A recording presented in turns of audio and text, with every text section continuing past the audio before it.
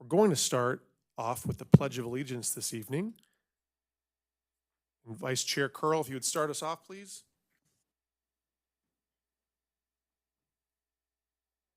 Allegiance to the flag of the United States of America and to the republic for which it stands, one nation, under God, indivisible, with liberty and justice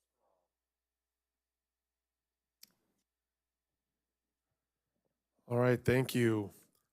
We have a quorum this evening, 6 of 7 members.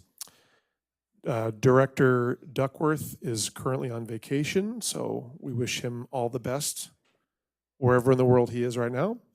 With that being said, I will entertain a motion to adopt and approve the consent agenda. I move we adopt and approve the consent agenda. Do we have a second? All in favor say aye. Aye. The consent agenda is approved and adopted. With that being said, we're going to move into presentations, awards, and announcements. And then we'll start off with the presentation for 2025 Vendor of the Year. I'll turn it over to Executive Director Aaron Baker. Thank you, Mr. Chair. This year, for the past 2 years, we've recognized a key vendor that we work with in our community. This year, we have selected DLC Resources as our Vendor of the Year. Everywhere you go in Anthem, you see their work. I won't read you the whole memo that we wrote, but I do want you to know that they are an integral part of what you see in the community and the experience that you have here. So we could not be successful as a community without them. We're grateful for them being a key partner in keeping Anthem beautiful and appreciate their dedication and seamless integration with our staff as well. So we'd like to invite them up to receive their plaque and take a picture. If you want to come up, folks. Thank you. And then if you, I don't know, do you want to say any words before we present you with your plaque or take your picture? Speech? Speech?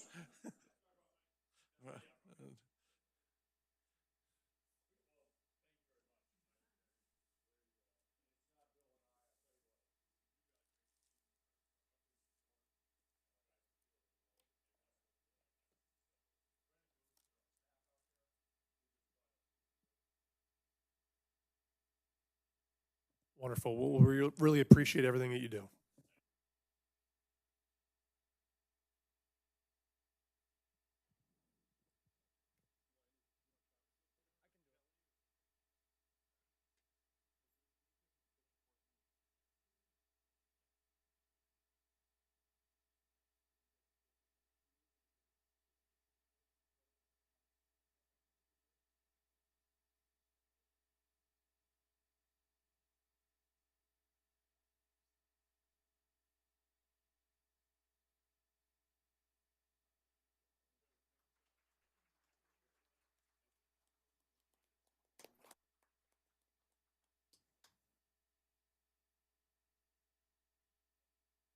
Their name will also go up on a plaque we have upstairs in our lobby. So future years that will be up there and people can see that. So thank you.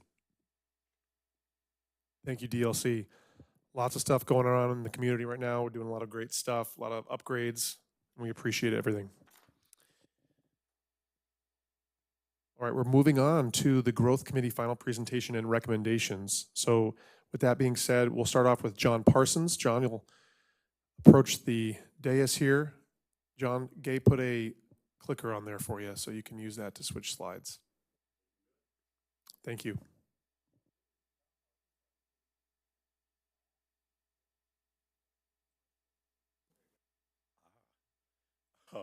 John Parsons, I'm pleased to give the last of the reports for the Growth Committee. The committee has prepared substantial materials for the board's later consideration. I'm going to be stepping through very, very quickly the PowerPoint. In addition, you've got over 350 pages of materials supporting what you're going to see and hear. We've also created databases of the developments that we've been looking at and a keyhole management language program for the board to be able to look at some of this information in a more detailed way later. John, I hate to interrupt you. The people in TV land or YouTube land cannot hear you unless you're speaking into the microphone. So if you can't hear your voice in the room, they can't hear you in YouTube land. You can pull that John, you can pull that microphone closer to you if you'd like. All right. Move around. How's this, guys? Can you hear me now? All right. All right. Let's get going. I'm going to be stepping through this quickly if I can get the program to start.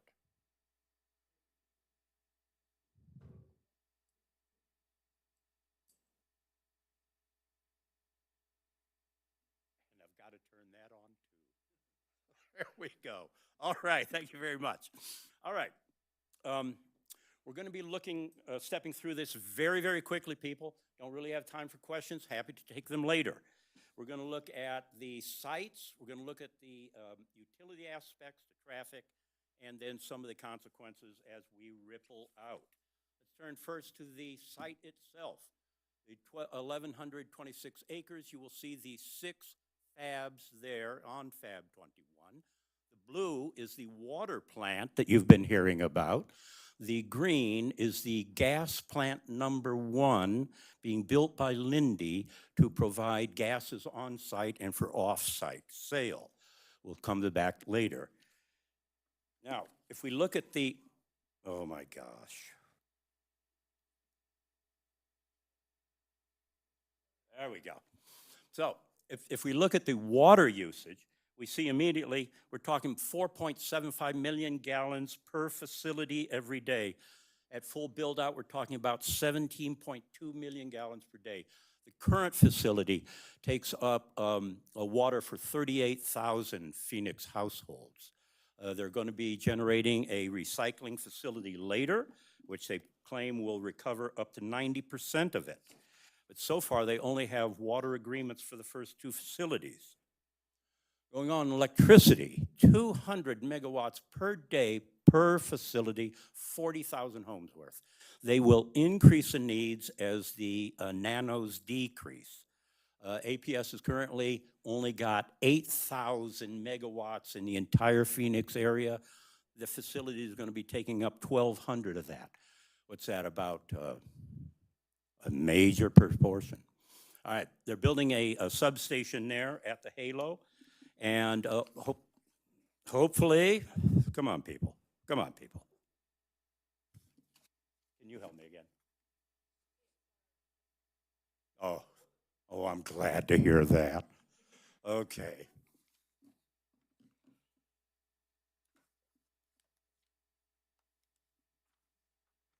All right. Waste management. They will be generating both gases and liquids on site, including the polyfluoroalkyl substances. These will be stored on site for a while and they will be transported off site for treatment and disposal. We have no idea on what that really means in terms of trips and risk to the community. In addition, remember that green square on the Linde plant that we first saw? They are building nitrogen, oxygen, and argon generating facilities there, 120-foot tall tower, 165-foot tower. They've already on their 3rd tower, so they're exceeding these this footprint here already. You can see these clearly if you're driving down 303. They're also hiring 14 truck drivers according to plan, and they will be driving this off-site and not only in the neighborhoods, but into nearby states. So once again, what are we looking at here in terms of off-site risk and exposure? The air separation is the most electricity-intensive process known to man. I don't think these numbers are included in the current electrical projections. All right, traffic. Oh my goodness. We have hardly any numbers. The only numbers we have are 162,000 new trips generated out of the North Park development just south of the TSMC. Luckily, we're told that the cumulative traffic generated by the proposed project will not result in significant cumulative traffic effects, so we don't need to worry about traffic, it seems. All right, turning to what's going on in the site itself. We can predict that and a full build out of the first 6 plants, facilities will be dealing with 20,000 employees and with construction approximately 26,000. It's going to result in a family of TSMC members of about 62,000 people. About 7,500 will be school-aged children. Once again, these are just numbers we can begin to try to plan with. Let's look now as we ripple out. This is a screenshot showing the 29 projects which the committee has been able to track within the 314 square mile study session. The size of the circles are relative development size compared to the yellow square in the center, which is the 1126 TSMC. As you can see, the green is a 5-mile radius. That green lines up at the Anthem right outside the Fry's store. So we are 5 miles northeast of the facility. Residential construction. Of the 23 projects that the committee has found, tracked, and presented to the board, we're talking about 25,000 acres, 77,000 dwellings. We still have room for over 100,000 housing units in the current envelope. In commercial, over 27,000 acres are currently being developed, over 100,000 jobs. Big developments. Now, let's take another look at this. We're looking now at an image of the 4 developments clustered around I-17. I don't know if they straddle or throttle I-17. The upper left is Halo Vista, which is 3,500 acres, almost 9,000 rental units, projected 70,000 full-time employees. Sonora Oasis Research Park's going there, a Costco, 2 hotels, an auto mall, and APS is developing a 54-acre site there. Below is the North Park to the south, and that's where TSMC just bought their 900 acres. Total planned community, 6,300 acres, 15,000 dwellings, 7,000 full-time employees. Looking over to the right, we're looking at the 2 Vestar projects over there.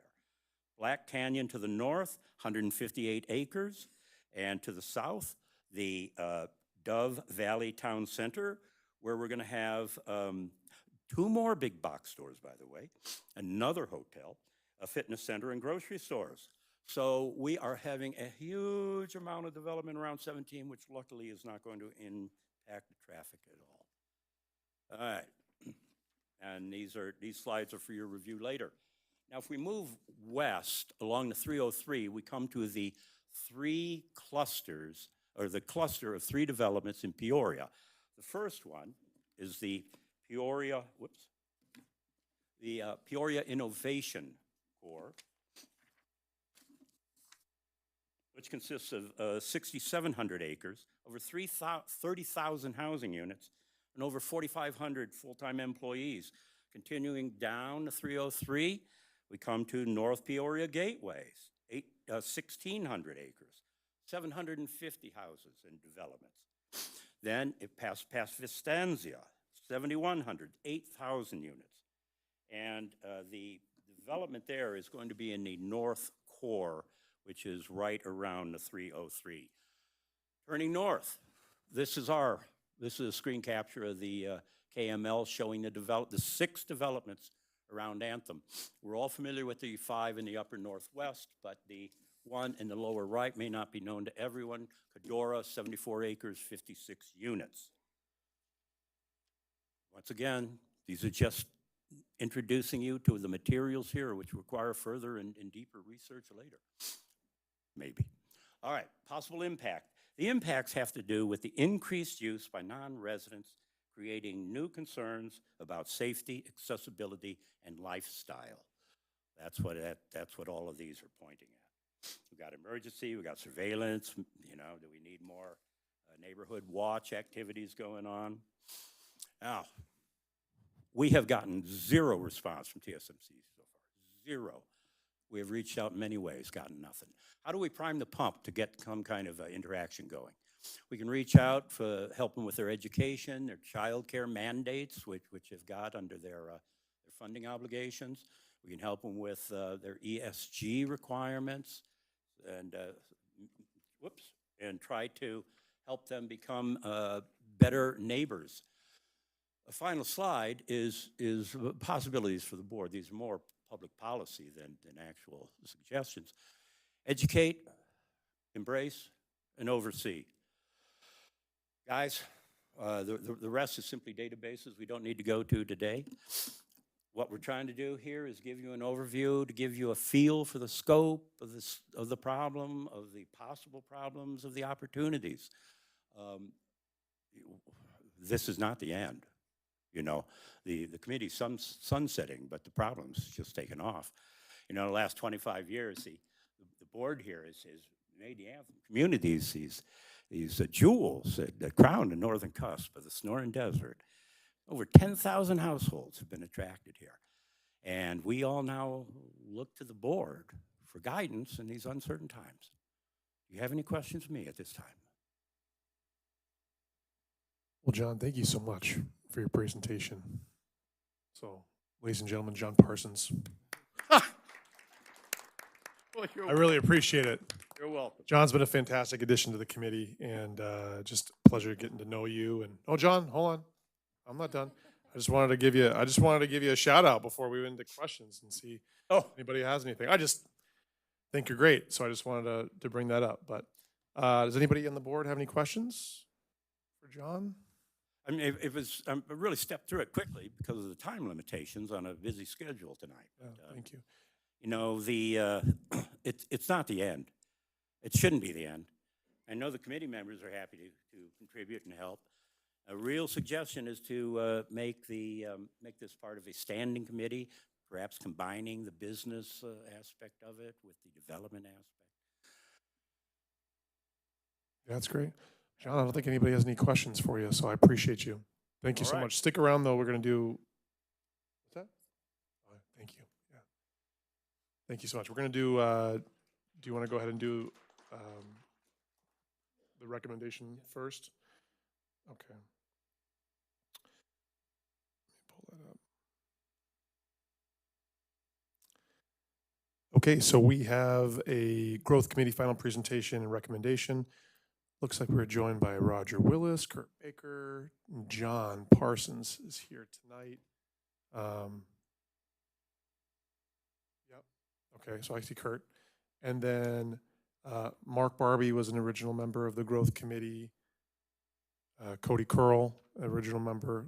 Laura Hartman, original member. And then also Dave Duckworth, who's not here tonight, an original member as well. So that being said, there is a recommendation on the table.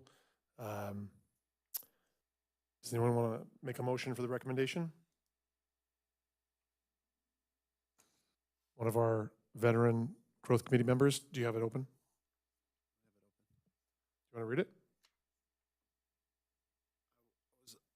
Or is somebody, I guess I'm just lost here.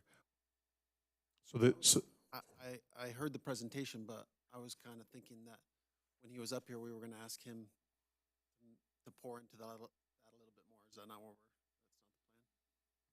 that's not the plan? no, we're just, so the end of the committee, we were just going to do the recommendation that the committee provides at the end of it, which is, I'll read it. So the recommendation is to accept and archive the findings, presentations, and deliverables of the Anthem Growth Committee after 2 years as foundational planning resources to guide future growth-related initiatives, strategic development discussions, and engagement with regional partners and developers. This includes the adoption of the Anthem Growth Committee's final report, Riverside proposal, GIS overlays, and financial feasibility studies as official reference materials to support both internal planning and external collaboration. The council retains the ability to seek advisory input from the current or former committee members as needed to support future growth-related planning or engagement efforts. That being said, I would just need a motion to approve that, and then we can. So moved. Okay, do we have a second? All right, all in favor on this recommendation, say aye. Aye. All opposed? All right, motion passes. Thank you, and with that being said, we'll move into awards. I have a question. Yeah, Bob. Mr. Parsons suggested that the committee duties, sorry. Mr. Parsons suggested that the duties of the committee be merged into or set up as a standing committee? We should have a discussion about that probably next time. Yeah. If you'd like to, if you think that's something that you'd want to do. I know a lot of the committee members would like that. I think they enjoy their time on the committee, so we could do that. But if you've been on the Anthem and Growth Committee, even if you're a board member, please come on up and we'll take some photos. We've got some good stuff for you.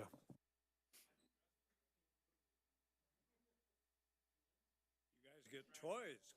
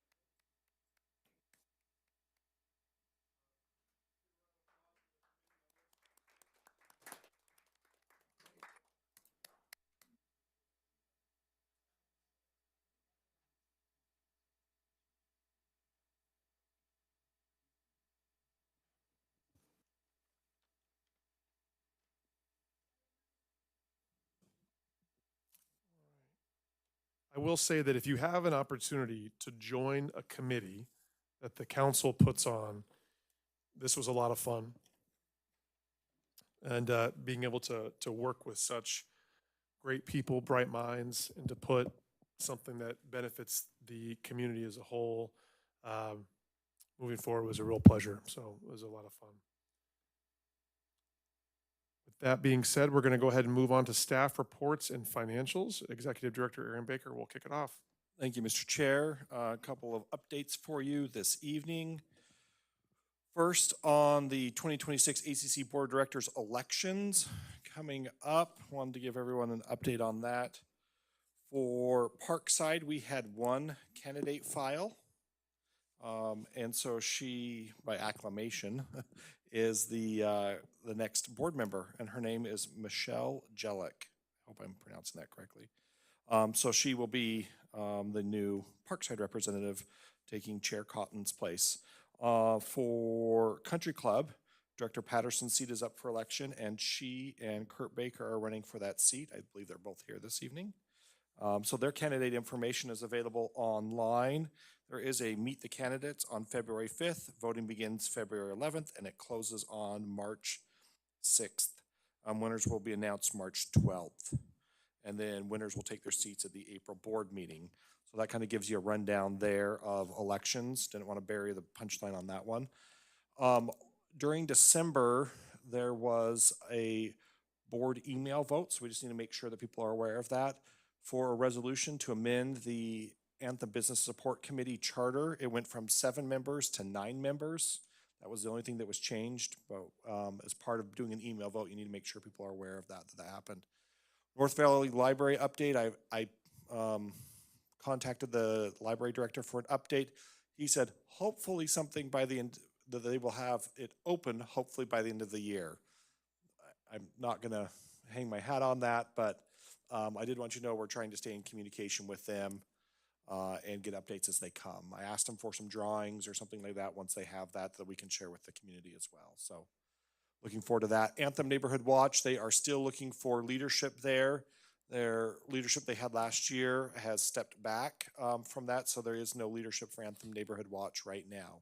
So if you or someone else you know would be interested in helping head this up for our community, it's an important organization. It's an affiliate group to the Anthem Community Council. We support it. We just need some volunteers to help run it. So, and then on the community center locker room, I wanted to provide a quick update on that as well. I know people have asked questions like what's going on? Why is it not open? This is the longest remodel I've seen in my life.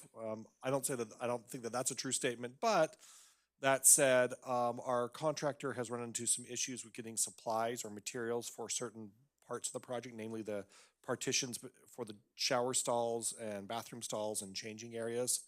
And so that's what's holding up the project right now. They are working on sourcing that. They have not committed on a date when they will be able to have that sourced. They've gone through multiple vendors as well for that. So we are hopeful to get them closed out as soon as they can. They would like to as well. I know that. So appreciate the efforts they are making there.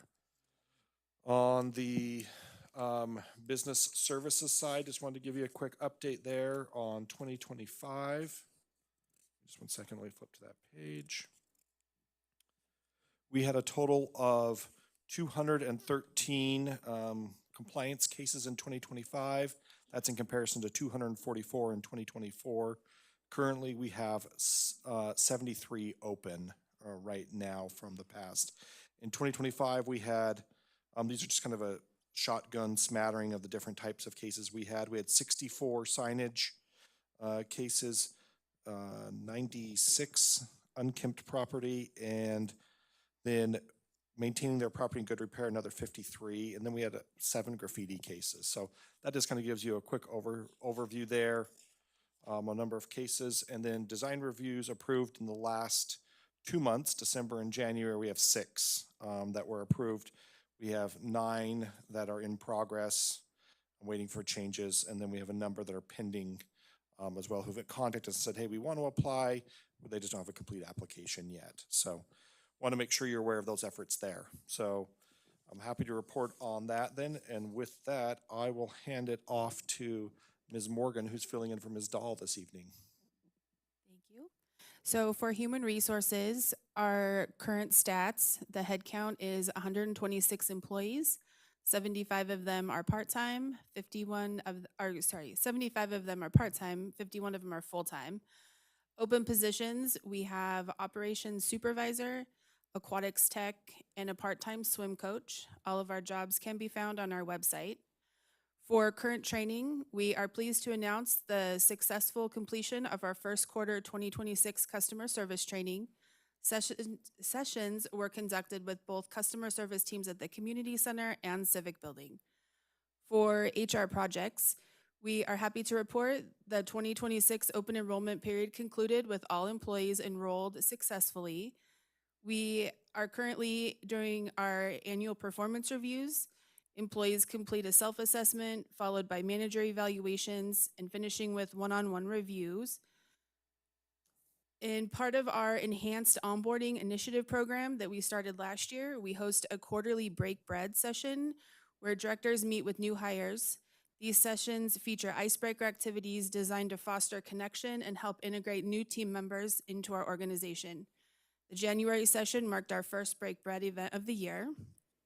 Then we kicked off the holiday season, with our annual Thanksgiving brunch, featuring a high-stakes craft challenge, which was 20 minutes, 1 bag of supplies, and a mission to create the most glorious turkey known to humankind.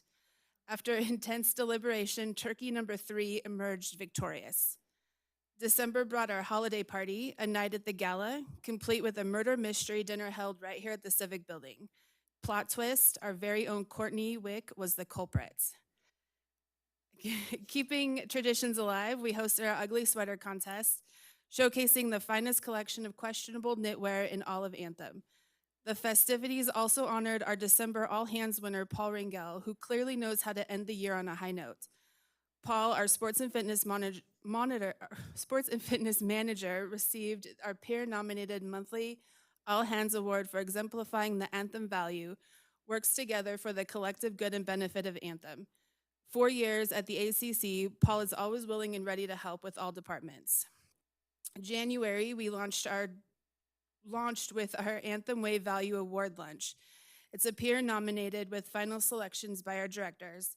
Our 2025 winners are Jennifer Brock with Acts with Integrity, Kelly Shepard treats everyone with respect, Danny Labella and Courtney Wick provides friendly and quality service, Jim Riga takes ownership for positive results, Aaron Brown manages community resources with care and pride, Paul Rangel works together for the collective good and benefit of Anthem, Kevin Stotts, the All Hands Award, and Travis Eddy, the GOAT.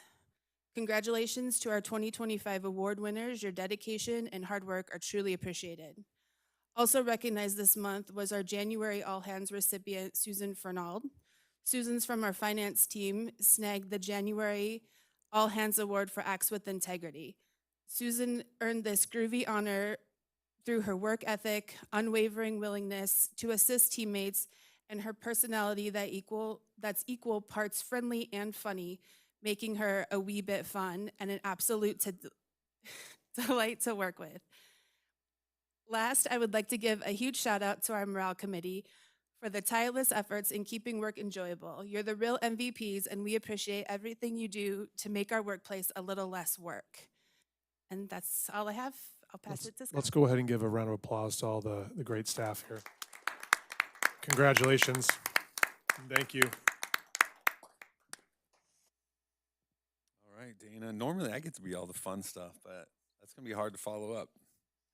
All right, we have a few things going on. We have our aquatics programs, all the winter and spring programs, which include the dolphins, our private swim lessons, lifeguard certification, dive team, adult swimming, water aerobics, triathlon training are all open for registration.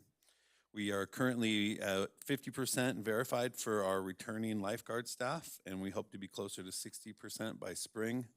And we have our first new guard class running in a couple weeks in February. We'll be once again hosting the Try for the Cure through Four Peaks Racing on March 14th at the community center, so stay away from that parking lot that morning.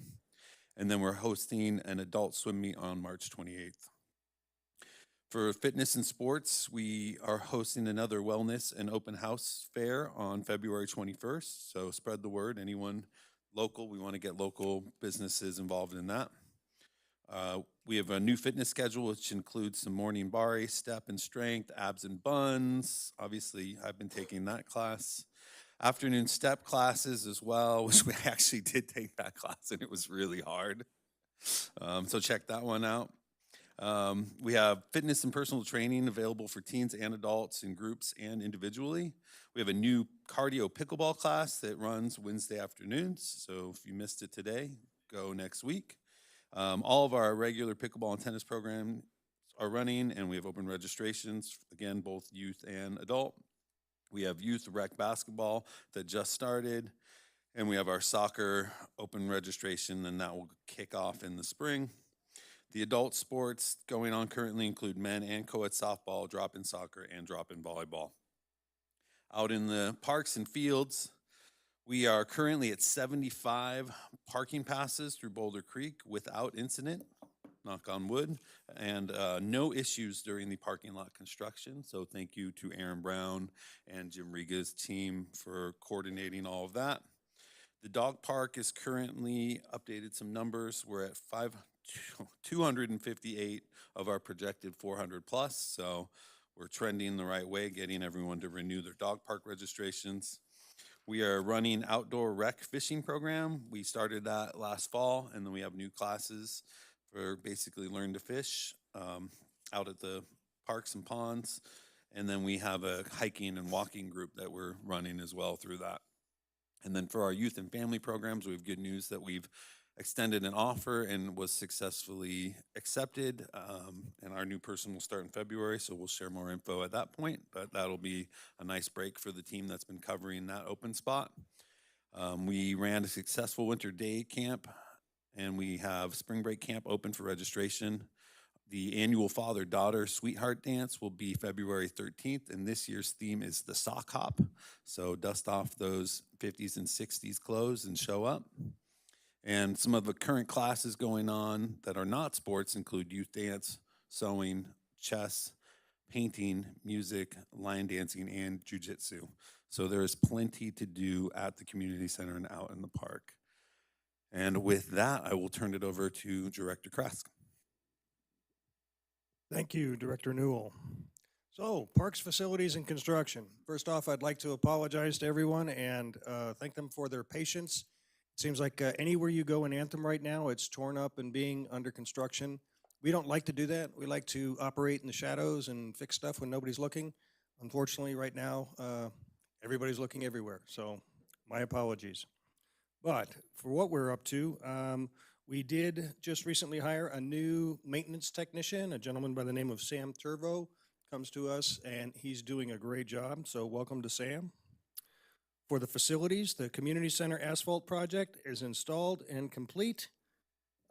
So you can see it now if you go to the community center and work on your abs, I believe. The HVA servicing contract, the annual contract for the community center and the main community park has been completed, and we've identified a vendor who's going to be servicing that equipment. The Civic Building damaged thermal insulated windows in this building. We had a reserve project to replace those windows. Those have all been done. And the Civic Building maintenance projects we completed during the winter holiday. Instead of having our board meeting for December, we actually did a bunch of little repairs in this building. For landscaping, arborist, phase 1 for Anthem for 2026 is already kicked off and they're beginning to cut. The poly to PVC on Daisy Mountain, they're doing the final underground boring connection. This is from 2025's reserves, and we're still awaiting permits. So permits are really painful here in the county. The community center landscape renovation in front of the flagpoles, that is in progress. They started yesterday and they should be done in about 10 to 14 days. For the parks, there's a damaged parking lot entry sign at the south parking lot. They're working on that. We've got that fabricated, and we'll be putting that in place as soon as the asphalt gets finished, which they were finished today with the lower lot, and they've also taken over the north parking lot this morning, and you can see that's all peeled up. So they're definitely moving through the main community park asphalt project. We've replaced a service panel in the amphitheater, had been rusting out for years. That's back and online. We've performed cleaning in the cleaning for the lake waterfalls. That has been completed.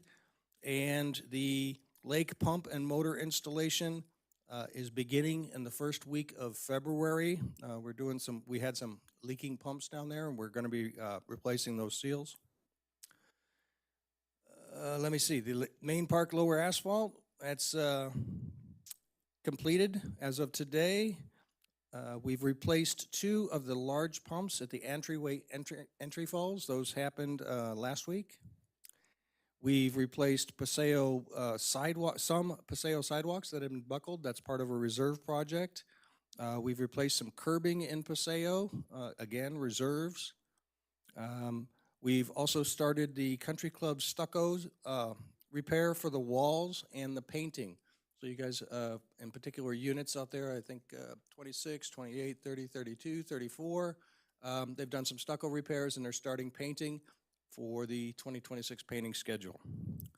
And for wall repair projects, we've completed 51 of 56 total repairs, and we're still working on more, and more are coming in every day. So that's exactly what our target was for our team, and they are hitting it and doing a great job. For the capital project updates, I'm going to go ahead and read for Kevin. The dog park modifications, the new trees have already been installed. The shades are due in within the next 2 weeks or so, and the benches have arrived. As of Monday, February 2nd, they'll be pouring concrete for the slabs for those benches, and those will be getting installed over the next 3 weeks at the Anthem Dog Park. For the Libertyville Facilities Master Plan Project, Kevin's going to be providing some information a little bit later in the meeting. The working group had 3 meetings in December, and they're now bringing forth some recommendations for the board tonight. And the existing pickleball court resurfacing, another reserve project, that is estimated to start at the end of May, and it's going to take about 2 weeks for completion. And that's about it for the Parks and Facilities Department. With that, I will turn it over to the Director of Finance, Dean Nortman.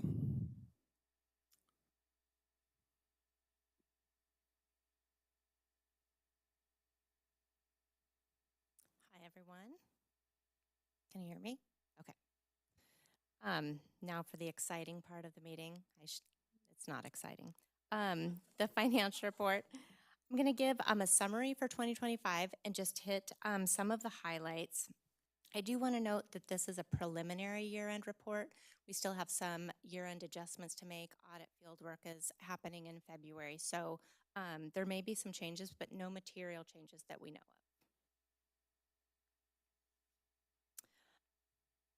So our first report is the statement of revenue and expense for the month of December and year-to-date through December. If you take a look down at the bottom line, you can see that the operating net income or loss for the year with depreciation, ACC has a $966,000 operating net loss, which is $200,000 favorable to budget. And we'll look at this number without depreciation in just a moment. I know that's kind of hard to read that way. If we take a look at some of the variances to budget, up in revenue, we were $81,000 below budget, and we'll look at the main drivers for that number. For events, revenue was short of budget by about $15,000. This is mainly due to reduced attendance at 2 events, Independence Day and Autumn Fest. And in programs, revenue was $108,000 below budget, and this was primarily due to lower registrations for those programs that you see listed there. Facility rentals was shortfall to budget by $21,000, and this was due to reduced outdoor rentals, mostly in the rainy months when we had rain in November and December. And going in the other direction, interest income was favorable to budget by $61,000, so that's good news there. Moving down to the expense section, we have $264,000 in savings by the different areas that you see listed. There was savings in personnel expenses of $186,000. This was due to open and transitioning positions during the year. Administrative costs were $113,000 over budget. Some of this is for professional fees, which was the interim director of finance, which offset some of those personnel savings. We also had additional legal fees in 2025. We had some savings in community programming, partially offsetting the revenue shortfall that we just saw up above. And there's savings of $166,000 in facilities. This is due to savings in landscaping, irrigation repairs, and lower fuel and utility costs. Below operations, you can see the net income or loss for the reserve and enhancement funds down below. On a consolidated basis, ACC has a $314,000 net loss for the year, which is $562,000 favorable to budget. And those amounts include depreciation, which is a non-cash expense. So next we'll take a look at it without the depreciation. Without depreciation, operations has $185,000 net income, and on a consolidated basis, ACC has $837,000 net income. Depending on the decision tonight and the discussion about the property fund, we may not have to do this math in future reports, if that's any motivation. The next report is the balance sheet as of December 31st, 2025, and this is compared to the same time last year in 2024. It appears both sides have increased by $5.8 million. But as we talked a little bit about this in the last report, there are some interfund transfers on both sides in receivable and payable These are transfers within ACC for operating reserve and capital. It makes it look way more dramatic than it is. And so we'll take a look at those without the transfers in there. Our investment advisor, Paco, completed those transfers. So as of 12/31, those will be zeroed out. And this is what it'll look like without the transfers. It's a little bit easier to see the real changes in the balance sheet. Now, both sides have decreased by $967,000. On the asset side, we can see up top, there was an increase in cash of about $485,000. And down below, we see the recognition of the depreciation. And in the middle is timing for money that is owed to us, accounts receivable and prepaid expenses. On the other side, for liabilities and equity, the changes come from that consolidated net loss of $314,000 we just saw in the income statement. And the interfund transfer in the middle there. Up top is also timing for money that is owed to us, accounts payable, some liabilities, and prepaid assessments. And since it's a quarter end, year end, we'll review the status of reserve projects, enhancement projects, and we'll take a look at resale or enhancement fees for the year. Listed here are reserve projects for 2025, comparing budget to actual expense. We ended the year $196,000 favorable to budget. And that same information for enhancement projects, ending the year $31,000 favorable to budget.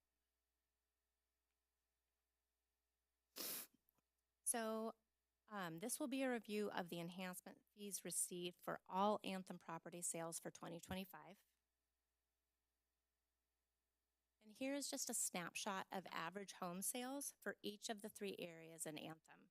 Country Club is in the blue line, Parkside the orange, and Villages is the gray. The dips for the Villages is just when they didn't have any sales. The property sales price didn't dip that low.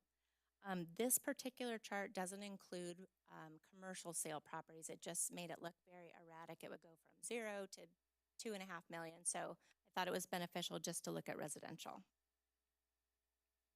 And added here is the average home sales price of each area for the year.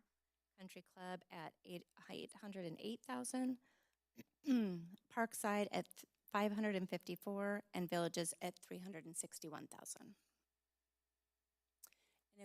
Here's a look at the comparison for last year, for 2024. Country Club went up, Parkside went down just a little bit, and the Villages stayed pretty flat compared to last year. The average home sales price for all of Anthem as a whole for 2025 was $574,000. And the other thing that affects the enhancement fees received is the number of properties sold in Anthem. And this is a look at the past 3 years. 2025 is in the green striped line, and these figures do include commercial properties.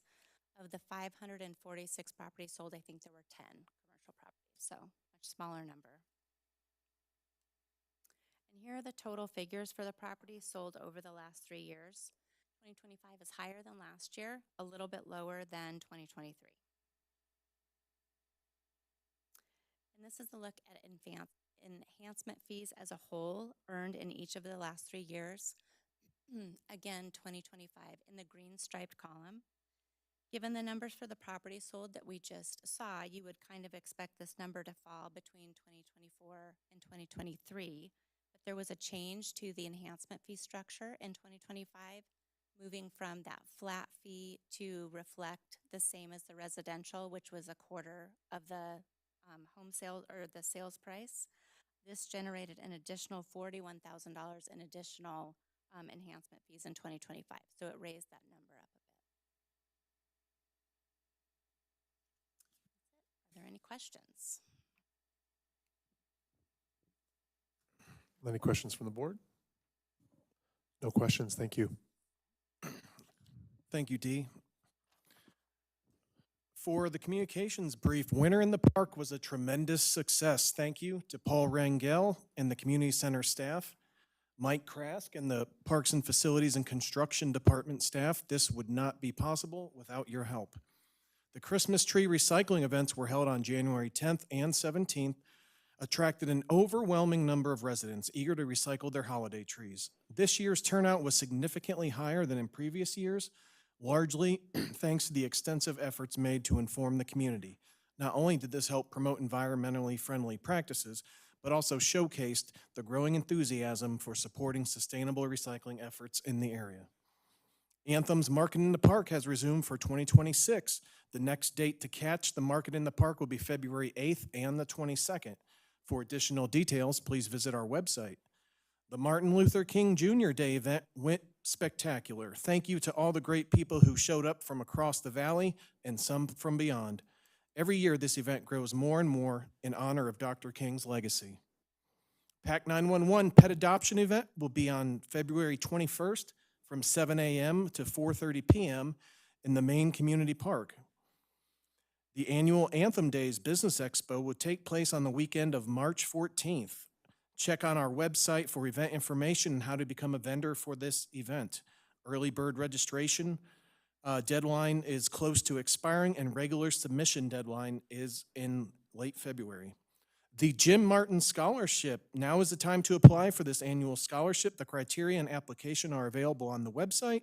Deadline for submitting a completed application is Friday, April 10th. Civic building carpet replacement on the stairs was replaced on December 20th. The existing carpet was worn, stained, and in need of replacement. The Anthem online store is fully operational and taking orders. Place your order now for Anthem branded merchandise and check back frequently for item updates.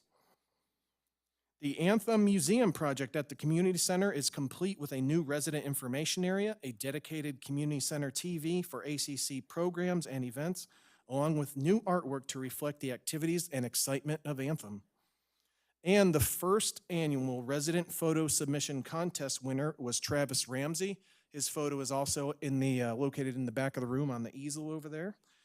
Travis and his daughter won a $150 gift card along with a framed copy of their photo, and a copy will also be placed in the Civic Building for future years.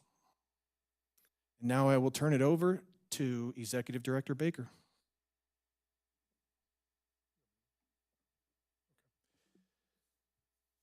Thank you. Thank you, staff, for your reports. Would a board member like to make a motion? I move we accept the staff reports and financial reports. Is there, Thanks of the board for the hard work by everybody. absolutely, is there a second? I'll second. All in favor, say aye. Aye. All opposed? Thank you, staff, for that great update. We are going to move into committee updates and action items. Let me actually go backwards real quick. Did anybody have any questions? I skipped too quick here. I'm hustling through. No questions on that. Okay, great. Committee updates and action items. Update from the Finance Committee. Treasurer Duckworth is not here. Dee, would you like to make an update on the Finance Committee, if any? Sure, I can do that. The Finance Committee met yesterday. Chair Duckworth is out of town. Director McKenzie attended in his place. We reviewed the financials. They saw the same presentation as you saw here tonight. Our investment advisor, Paco, reviewed investments. Investments performed well as compared to the benchmark. There was one piece or one sleeve of investments that didn't, and they'll be making a change on that. And we briefly reviewed the audit schedule just to make sure we were on track so the committee could review the report before it's approved by the board in April. And that was about it. Thank you so much. We'll move on to an update from the Growth Committee. Actually, we don't have an update from the Growth Committee because the Growth Committee is done. So thank you to the Growth Committee in attendance. And then we'll go to an update on the Anthem Business Support Committee, Executive Director Baker. Am I handling this one, or is Has your name on there. okay? I was thinking it was going to be Director McKenzie and the Treasurer Duckworth's place. I apologize. I didn't prepare for that. I can give a report. We had a meeting, our first, was attended by all the committee members except for one who had a conflict. we're going to be doing. We had an excellent presentation on committee responsibilities and et cetera from, oh, sorry. We had an excellent presentation on committee responsibilities and et cetera from Gay Johnson. Our next meeting is February 5th, I think. Is that true? Yeah, February 5th, so it's next week. I think we're off to a good start. We've got ideas from a couple of the committee members and more probably coming in that we're going to discuss. Signage is the big issue. We had an excellent briefing from Executive Director Baker on the differences between our rules, City of Phoenix rules, County of Maricopa rules. So we're all better off for having had that briefing. So that's it. Well, thank you so much. Is there any questions on the committee reports so far? All right, Director McKenzie, I bet you have a motion for me. I move we accept the committee reports. Is there a second? All in favor, say aye. Aye. All opposed? Committee reports are accepted. Thank you. Moving on to number 8, old business, Liberty Bell Park Facilities Master Plan Project. This is a fun one. I'm going to turn it over to, who am I going? Kevin Foster, Special Projects Manager. Yes, sir. Away.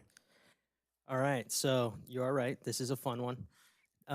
During the November meeting, staff recommended the formation of a working group with the deliverable being a list of recommendations for board consideration. Director Patterson and Barbie, staff and 4 residents met 3 times in December to discuss options and develop recommendations. In the end, this group came up with all the ideas and vetted everything, and we went through it very detailed, and we definitely could not have done it without the help of our residents and board.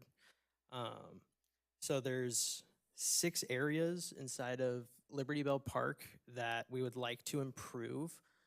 This is just a brief overview of all 6 areas, but I would like to go into review of all of them. I'll try to make it quickly. If you could go to the next slide. Oh, they have it in their brief. Okay, perfect. So then you guys have seen what all those little areas are, and if you have any questions, let me know. We put together some kind of base parameters cost, but the recommendation is that to approve the Liberty Bell FMP working group and direct staff to obtain quotes for the proposed improvements. Kevin, while we don't have individual snapshots, will you walk through just each of those areas? Say in area 1, it's the green. This is what we're looking at doing, just so people who can't read that, because I mean, that's pretty small print. Absolutely. So if you could just verbally walk us through each of those areas, that would be very helpful. Yep. So area 1, we would like to add a rentable ramada with benches, remove grass and add artificial turf, add shade canopy and 2 benches over there. So really create a nice sitting area, and that area is pretty underused right now. So area 2 is we'd like to add multiple park style picnic tables, add a shade canopy with benches underneath, and then remove some grass and add artificial turf over there as well. So in theory, every grass area inside of Liberty Bell Park will now be changed to artificial turf that's inside of the gated area. So the outside of the park will still be grass, but the inside of those gates will be turf now, which is a definite win. Area number 3, we're looking to add tetherball, just a couple tetherball systems. Area number 4, open cubbies for storage, and then adding a drinking fountain with a bottle filler. In the past, that has been vandalized, and so we took it out, but now we have some more robust and stronger drinking fountains that, knock on wood, haven't been vandalized yet, so we'd like to add that. And then the 5th area is really where most of the cost is incurred. So we'd like to add a large shade sail to cover the sand pit and the large playground structure. add more picnic tables in the concrete area, remove small area of grass to replace with artificial turf for seating, and then add a shade canopy and benches by the sand pit. The last area is the most simple, just adding a small soccer goal for practice. So that is just something that we came up with as the group to kind of target the preteen age range, and I'm pretty happy with it. Any questions? Any questions from the board? Director McKenzie? Oh, I thought you were grabbing that microphone. Anybody else? Director Patterson, please. I wanted to talk after you talked. Oh, yeah. Okay, sure. I've got a lot of feedback here, and I appreciate you guys doing this. Honestly, great presentation, great stuff you guys put together, super exciting. I'm looking forward to the next steps. But I still hate AstroTurf. It's That's actually my question. I kind of wondered why you would replace grass with AstroTurf, because during the summer it gets really hot. Yes. And my sister has some AstroTurf. We can't even walk on it. It's so hot. And that was one of the parameters for if we were to add AstroTurf is to have it shaded, so it would be usable during the summer. Okay. So any of those AstroTurf areas should have shade to cover it. Okay. Can we talk about, let's talk about that area 1 real quick. Can you pull that map back up, the green? So in that area, what we see here is some rentable ramadas, and that's what or a rentable ramada and some shade there. In the northernmost part of area 1, there's a lot of trees there that create shade. So with that shade, the back half of that right now is rock, and the front half is currently live grass. So if we put something back in there, those trees may cause any grass on the north end by the trees to not grow. We're seeing that around there now. So the talk was to put turf in those areas because they're big, mature trees, and we don't want to remove those trees.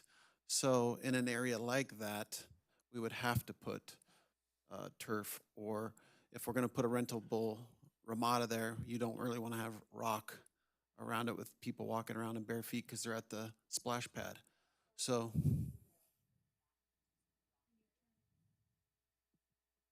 Are you extending the grass area so that the turf goes into where some of the rock is? Correct. So we could encapsulate some of that space, but not so much to where we would have to take out trees and stuff like that. But one that Director Barbie's exactly right. If we were to shade these areas that have regular grass, the grass is just going to die.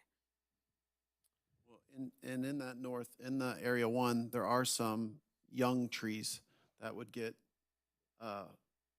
transplanted somewhere else, but we would not be removing any of the big trees, just trim them up.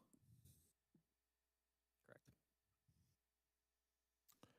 So raising 4 kids here over the past 13 years that I've lived in Anthem, we have visited this splash pad significantly. And some people might not know, but if you're looking at, let's see, area 1, the one in green up there, that all used to be grass. So that would go all the way back up against the gate.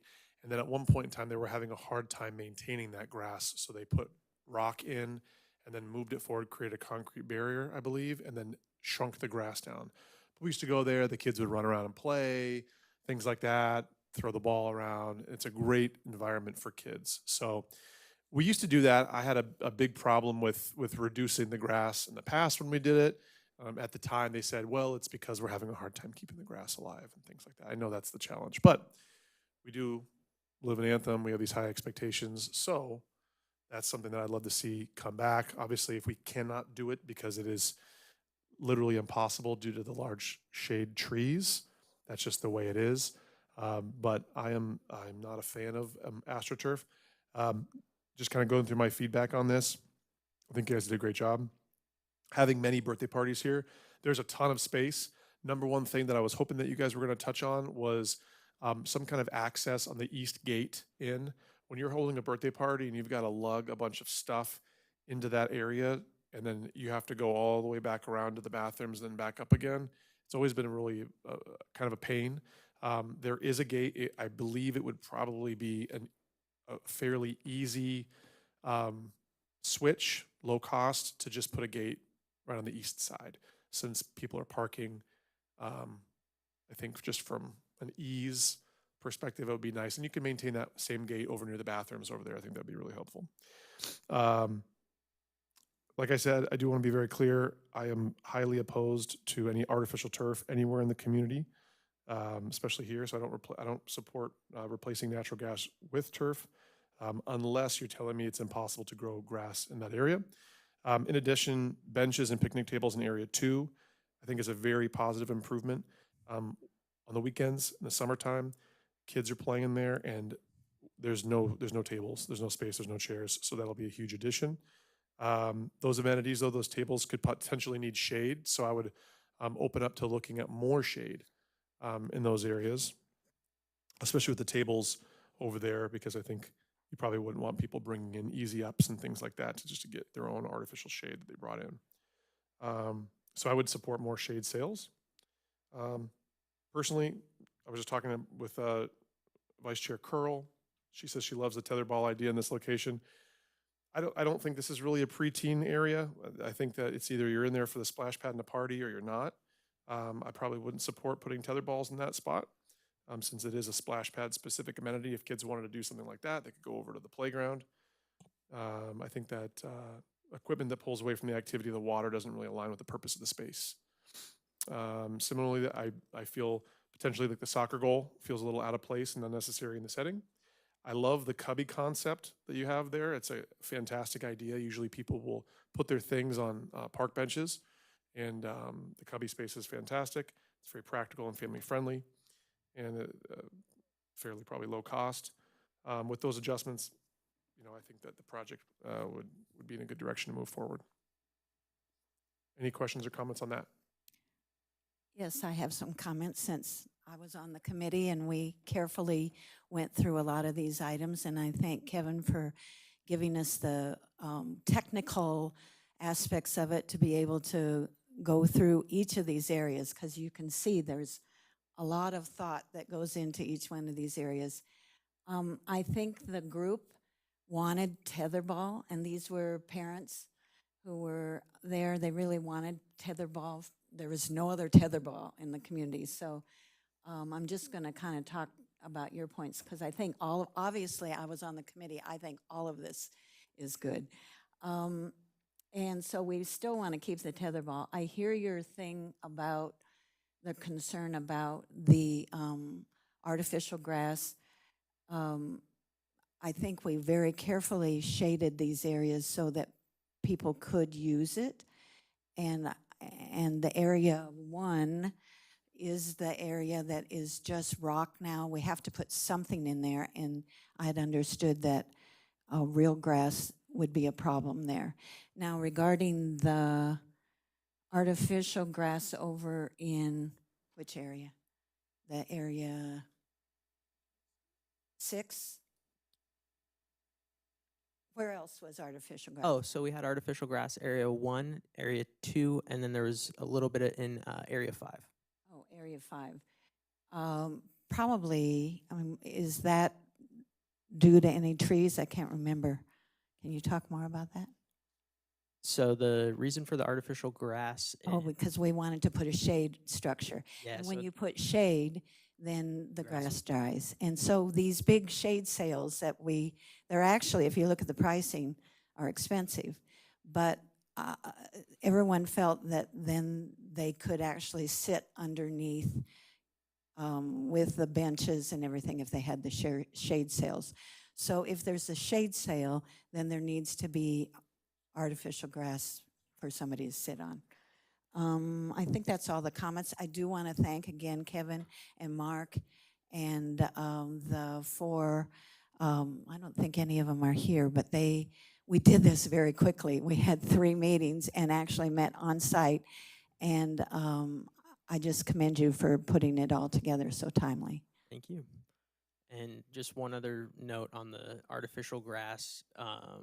if we do have those shade structures there, it should keep the artificial grass significantly cooler than if it was just out in the sun. That's our hope, at least. Oh, yeah, we do have a test site over in by the train station at Adventure Park. I'm gonna talk a little bit more about it. I appreciate all the work, the hard work that you did in this. I want to talk specifically about that artificial grass between 5 and 6, just as a consideration.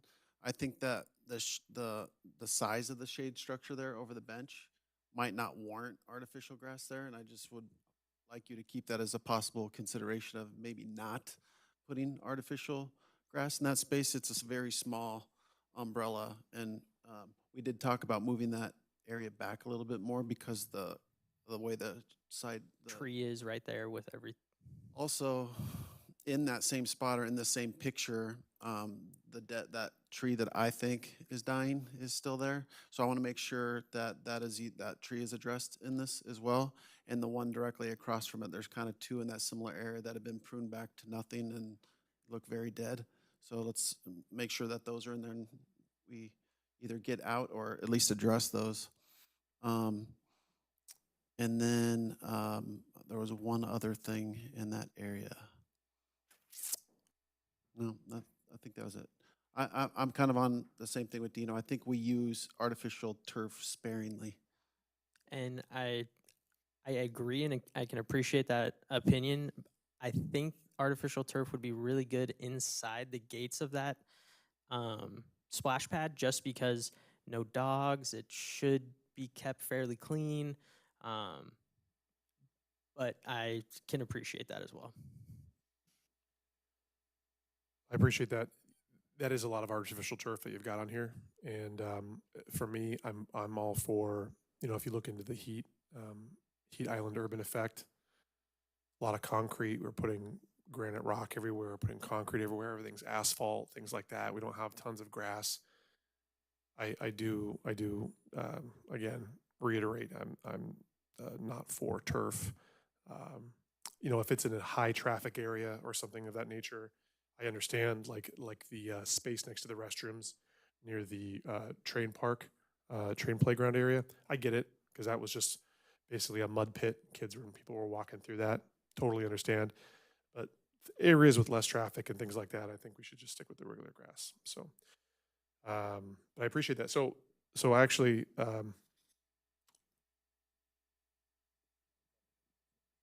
yeah, if you'd walk through options, but I think for me personally, I'd move to a motion to receive the working group recommendations and defer action to a future meeting to allow full board input and discussion to come back with something more refined in the future, in the next meeting.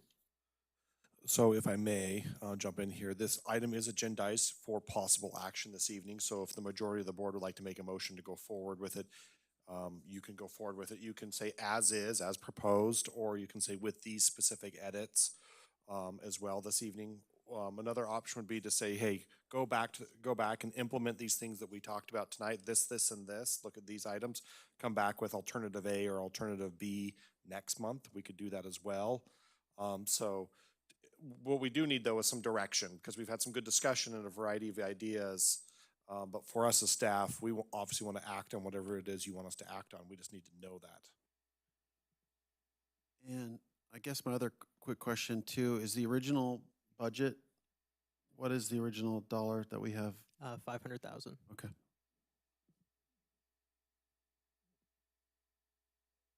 Can I make a motion?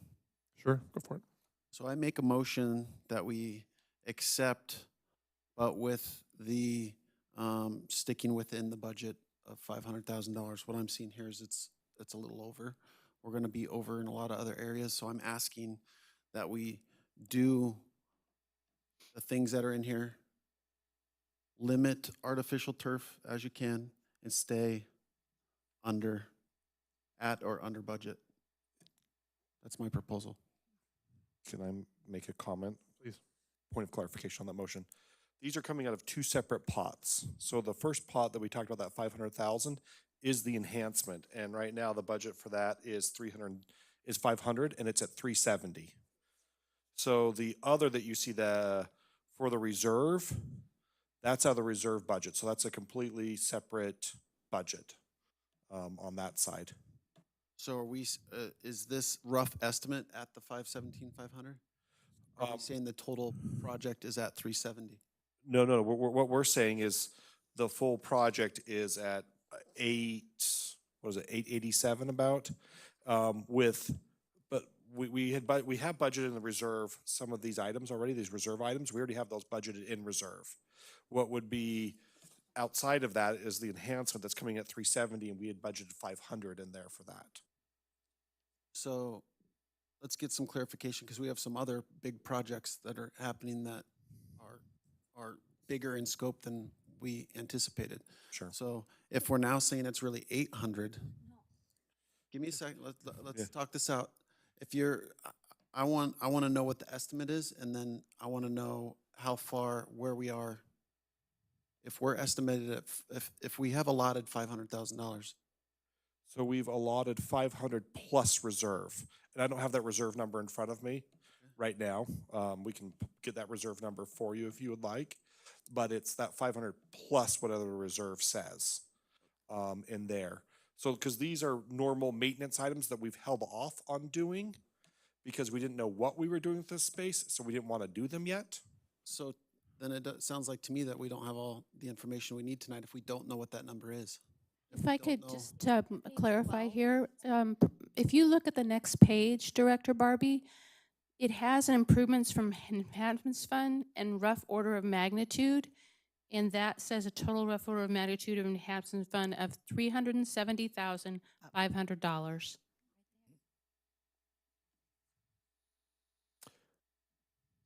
So while Director Barbie looks that up, I would just like to say this is a great opportunity to acknowledge the process with committees, and when they put forth a recommendation and then the board gets to discuss it, this is something that we are not tied to a deadline on, so it would be well within our rights and our purview to have a month to look at this, discuss it, come up with a refined model, and take some of the feedback that we've got from the board, and then look at this next month. So if someone would like to make a motion to come up with a more refined version of what we're looking at that everyone feels very cozy with, that's well within our reach to be able to do, if you'd like to do that. When are you planning on starting this project? As of right now, I still need to go out for quotes for it and see what contractor timelines are. But obviously, this isn't something we could do during the summer because that's when this is a very popular item. So I would assume after summer. Correct me if I'm wrong, Director Baker. You're absolutely correct. Okay. I did just want to make one clarification on the rough order of magnitude. I still need to go out and get quotes for these items. Yeah. So they could come back lower, higher, I'm not sure. But these are our best guess prices. So Director McKenzie had a parliamentary question. I'm assuming it's because we don't have a second on this motion yet. Is Mr. Barbie's motion still up? Mr. Barbie, would you like to move forward with that original motion that you made? Absolutely not. Absolutely not. He is withdrawing his motion. Okay, he's currently withdrawing his motion. Would anybody like to make a motion I would. with the updated information that we've got? So we will not be starting this project till post-summer. Correct. That is correct. We're getting the wheels in motion. Great. Yes. I'd like to make a motion to come back after we have sat on this a month and let us have further action next meeting so that we can review this, look over the budget. Like you said, have something we're all cozy with that we like, and then move forward and know that this will be then post-summer season. That's fair. Second, Director McKenzie, second. Okay, let's do some discussion. Okay. So I'll just say it. Selfishly, I'm not going to be here next month. And I did spend a lot of time with this group. So I would like to have them come back maybe with some options that we can still discuss. And maybe in March, then we have it as a vote, because there'll be options that some of us will agree on, and we need to discuss it another time. Yeah. So I'm just laying it out there. You want to refine it then and go to March for the motion? So I adjust my motion to table this or move this out into the March board meeting for discussion. Perfect. And we have a second, Director Second. McKenzie, second, Second, okay. All right, back to discussion. Other than that, Director Patterson? Yes, I think we want to discuss it next month too, but a vote be in March. Is that clarifying? Okay. Let's do it. Put it on. Director Barbie, anything else? Director Hartman? No, okay. We'll take it to a vote. All in favor, say aye. We should get some Oh, feedback from the public. You know what? Thank you, Bob. I appreciate it. All right. I'll open it up for any comment, quick comment from the public. Sherry, please approach the podium. Thank you so much. Thank you. I'm opposed to this whole thing. Just Were you? let me just go back. I was one of the members who worked on the 2021-2026 Faculty Master Plan project. Our committee spent the better part of a year evaluating and prioritizing projects to present to the Board of Directors. At the April 26, 2023 AC Board of Directors meeting, the board voted by majority to remove the Hastings Field project from the facilities master plan, and secondly, to take the Liberty Bell project under advisement for further discussion. Having served on that committee, I can say with confidence that we would have never have voted to move forward with only the Liberty Bell project on its own. The Hastings Field proposal included meaningful community-wide improvements, a soccer field, a running track with exercise stations, an expanded parking lot, and a soccer field, a running track with exercise, okay, well, anyway. The project was designed to benefit the entire community, not just residents living near the park. Reserve funds should be used to refresh and maintain existing equipment. Enhancements fund should not be used for this project, and I really feel that way. Because we had a lot of good projects, Barbara, you remember, and this, to me, is a maintenance deal. It should not be in the enhancement fund. So, Thank you, Sherry. sense, and that's, I think most of us feel that way. So, thank you for your time. Yeah, thank you so much, Sherry. I will say that on this project, with the Hastings Field project that they were calling it, there was a lot of adversity and there was a lot of public opinion that was differing. I think this is a very well thought out process to where we took a lot of the feedback into consideration, created a committee, opened it up. Mark and Barb got together with Kevin, opened it up to public opinion. Did a phenomenal job getting that. And this is a very refined version of that. And we're doing more. So I appreciate your feedback and your opinion on that the board will take into consideration. Any other public comment on this before we make a vote? Okay. With that being said, go ahead and open up to a vote. All in favor say aye. Aye. Aye. All opposed? All right. Motion passes. We'll see you back in February and March for this one. Thank you. Thank you. All right. On to the Community Center Locker Room ERV modification. This is the project that never ends. Yes, it goes on and on, my friends. So with that being said, we'll go to Mike Krask, Director of Parks. Thank you, Chair Cotton. At the November board meeting, we had requested from the board the ability to pull off or to remove from the current construction in the locker room the segment for the ventilation or the ERVs, energy recovery systems that needed to be replaced. A little bit of the history there is at the time that contractor had quoted a price in excess of $200,000 to install ERVs. We've gone out, taken the time, gone out for proposals through the bid process, and we have come back with a suggestion and selected a vendor to provide true ERV replacements for the existing HVAC in that space.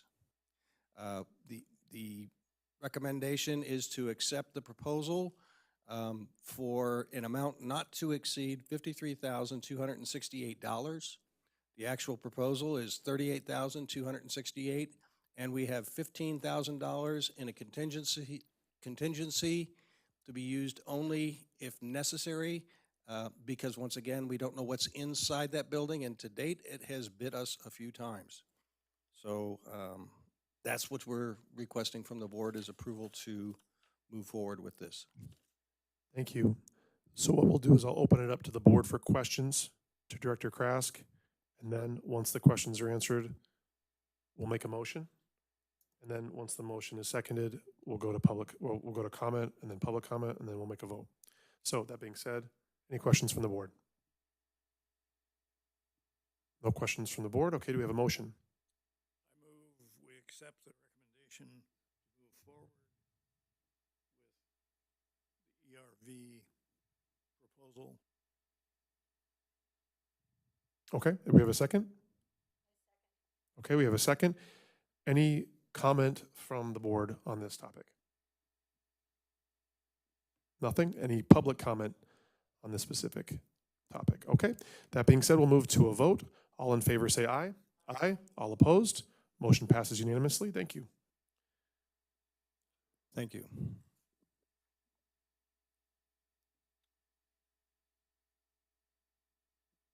Okay, we're going to move on to upcoming facilities master plan process. And Executive Director Baker, take it away. Thank you, Mr. Chair. You have before you up on the screen, this is the abbreviated version of it, a 6-phase approach to our next facilities master plan. It'll start February 1 and would end around September 2027. So it is a little lengthier process than we've had in the past, but it adds some additional steps of bringing in a professional to help us evaluate some of those projects, cost them out, provide some preliminary designs. There's more check-in with the board as well, because there's a preliminary board consideration, then a final evaluation period, and then the committee and board consider that as well. So we've added those steps in. Those costs associated with that would be coming out of enhancement to cover those professionals that would be helping us with that process. But we've built what I feel like is a pretty sound process to answer all those questions from lessons learned from last cycle, where we had some proposed projects where reality and cost estimates were estranged from each other. So happy to answer any questions on this that you may have. Director Patterson. In defense of the last group. Oh, yeah. No, it was like a long time in between and a lot of things happened. Oh, yeah. Like COVID and all that. So I had a question about the professionals that you're going to ask to review. It made it sound like there was one person that you would hire, and if the projects are varied, then would it be many people that you would hire to do an evaluation, or what does that look like? Ideally, we would get either be it an engineer or an architect or landscape architect. I think it would depend kind of on the nature of it. Ideally, though, we would contract with a firm so that way we get an apples to apples. So if it's a broad range of projects, we would need to look for a firm that has a broader range of capabilities to respond to the various projects.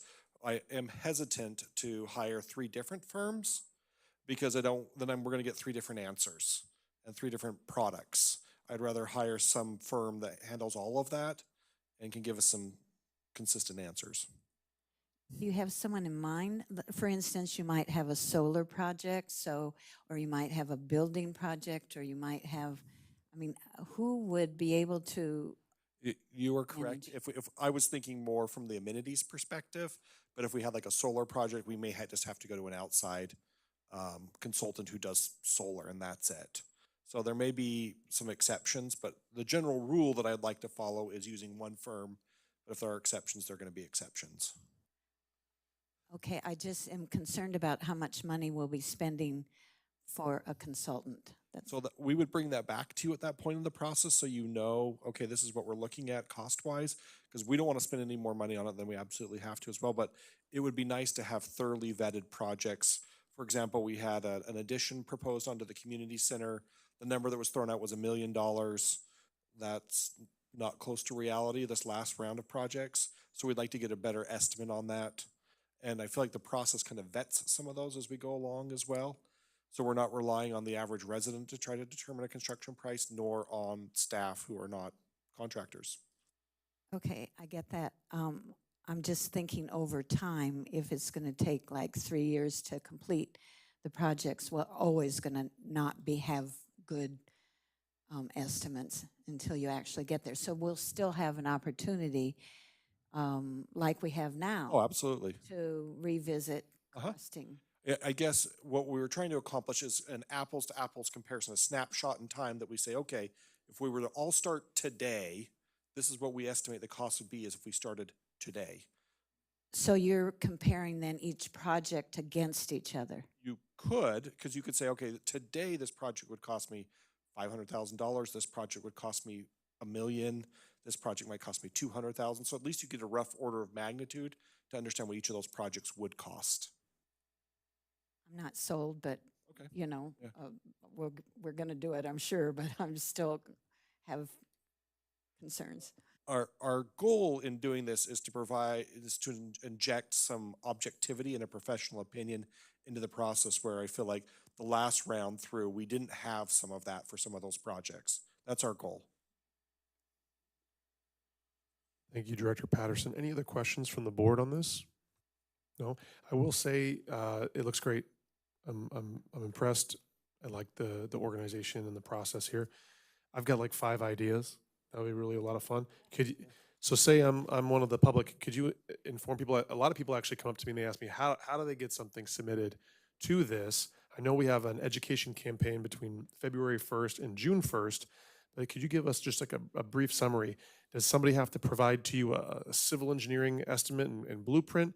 Can they sketch something on a bar napkin? Do they have an idea that they could bring in? So we're working on the packet, but essentially what this is to allow people to come somewhere between what third grader would draw on a bar napkin and engineering drawing. So if someone wants to hand draw something and come forward with a concept, that is completely feasible. That's why we have kind of the community input phase, and then we have the preliminary evaluation period where we kind of look at everything initially and say, okay, where are we going with this? Does this even seem feasible?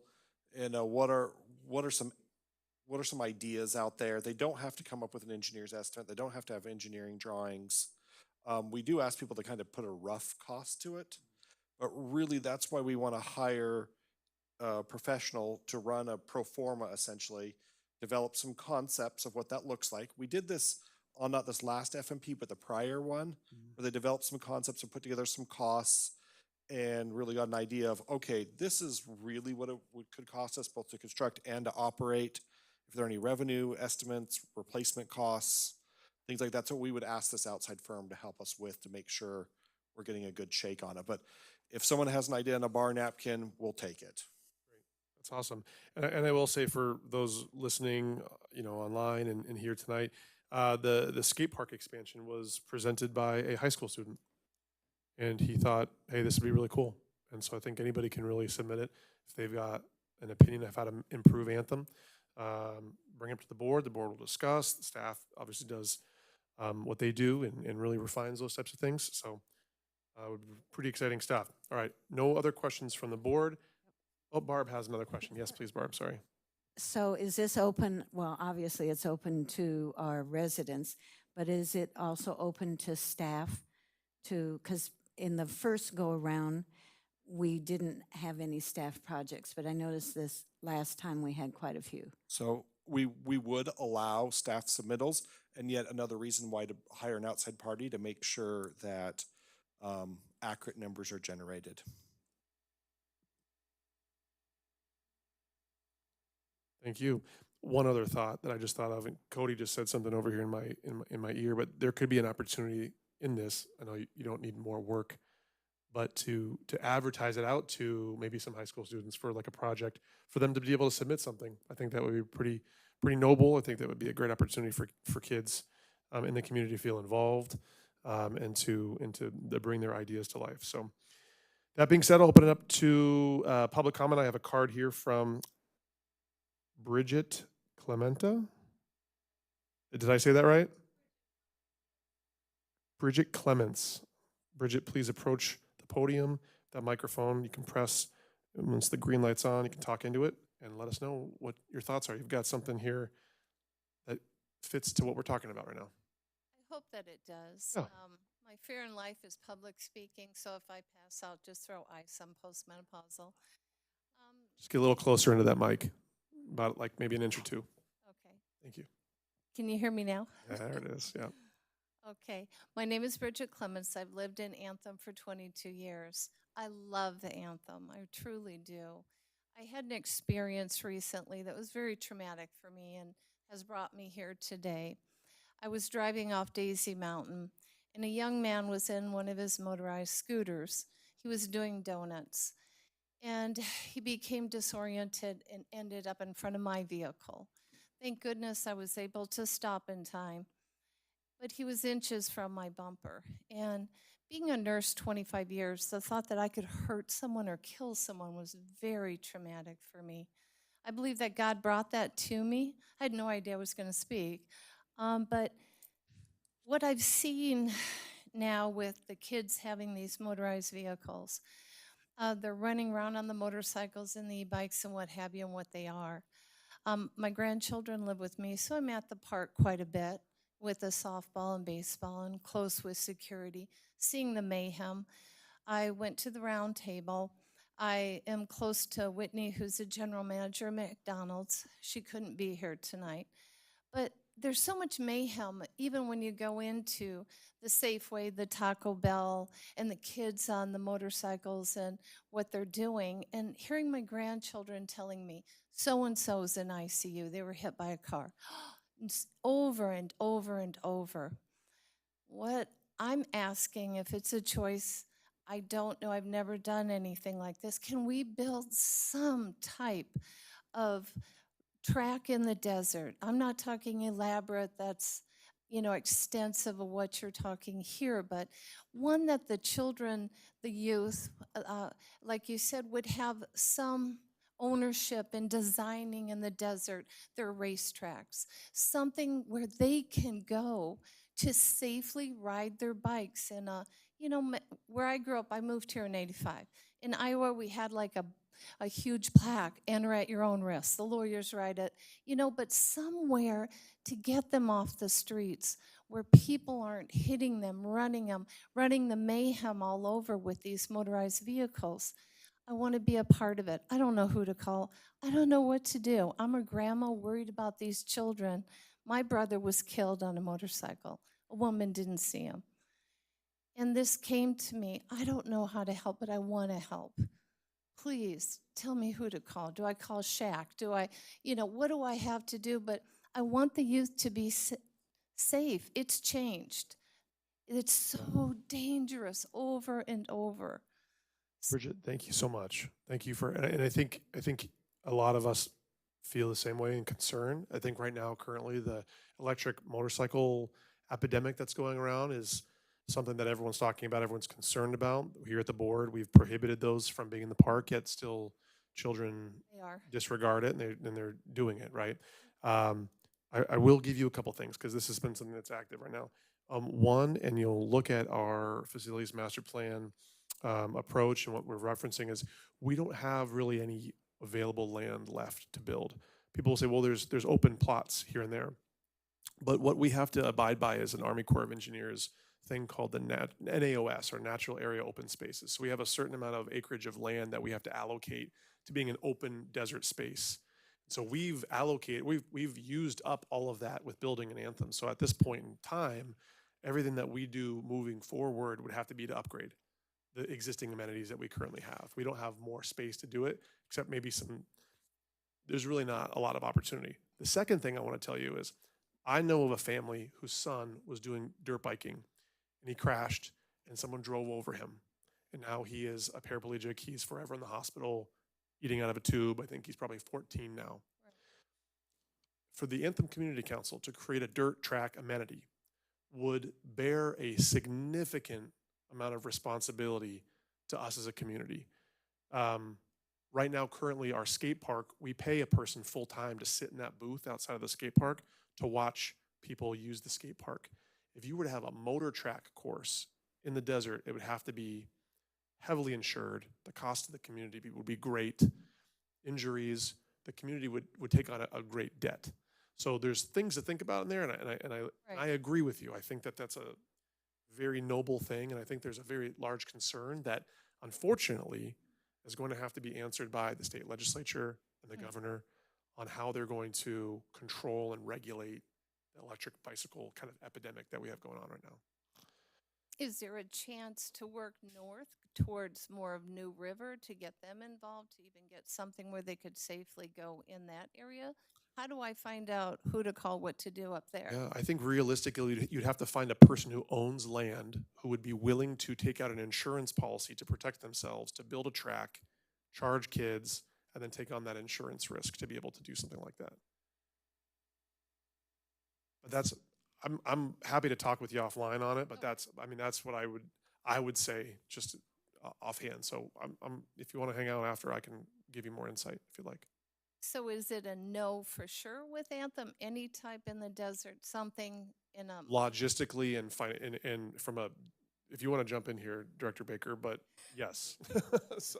really? Just right now, so there's a big difference between us and a municipality. Under state law, a municipality has certain levels of protection and legal thresholds and safe harbors that we just don't enjoy. We are a private entity just like anybody else. So it'd be like putting it in your backyard would be the same as putting it on ACC owned property from an insurance perspective. So it is really frightening when you start to think about that.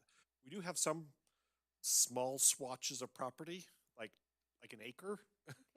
Okay. So, but to be honest, I'm not sure that would be the best use of those pieces as well, because of the noise and other things that go along with it, because it's near residential. So I'm not trying to shoot you down. You're welcome to apply as one of these projects and kind of go through the process and have it vetted and examined. But these are some things you would want to be aware of as you put in your application to say, hey, let's do this. Be aware of kind of noise, risk, financial burden to the community to do that type of activity. So don't want to tell you no, but at the same time, want to say these are some things to do it on ACC property we would have to think about. Okay. There. So thank you for your time. Yeah, thank you so much for coming tonight. Really appreciate it. Yes, please come on up. And please go ahead and introduce yourself. Hi, my name is Sylvia. I'm an Anthem resident. I've lived here for 4 years. My husband and I very purposely moved to Anthem. We had friends here, and they lived in the same neighborhood as us. And we saw how amazing it was for kids, and we knew we wanted to raise our kids here. We have 2 little ones, and for the first few years we lived here, we've really been enjoying the parks. With the e-bikes and the motorized bikes, it's gotten to where I can't bring my kids to the park. It's not safe. I had a preteen boy go 15, 20 miles an hour past my 6-month-old baby on his bike. I have talked to some of the parents, and the parents are siding with their kids. We don't go out in the evenings unless it's to the big park, because we know that there's people there telling kids they have to leave if they're riding their dirt bikes in the park. But we live in the Aurora neighborhood by Hemingway Park. The other night there was 12 dirt bikes and e-bikes there. They tear up the grass. They even spin out their tires in the sand where little children are playing. We've even considered moving because it's been so difficult. My kids are scared. I'm scared. I'm on edge the entire time because I can't relax when these kids are zooming around and my toddlers are trying to play. And I'm not the only parent who feels this way, but I was the only one, unfortunately, who could make it this evening. I don't know what to do. The parents don't care. Their kids are older. They don't have babies anymore. They're just happy the kids are out of the house and out of their hair. I'm really at a loss. I know that one thing I thought of, sorry, I'm not the best public speaker, but at the big park, they do have some larger signs saying that the motorized vehicles are prohibited. And I'm wondering if we could maybe get some of those at the smaller parks. There's signs that are really small. Some of the parents I talked to weren't even aware that their children were allowed to ride there. So maybe if we can get a more obvious sign saying that this is prohibited, that's the only thing I have so far been able to think of, but something has really got to change.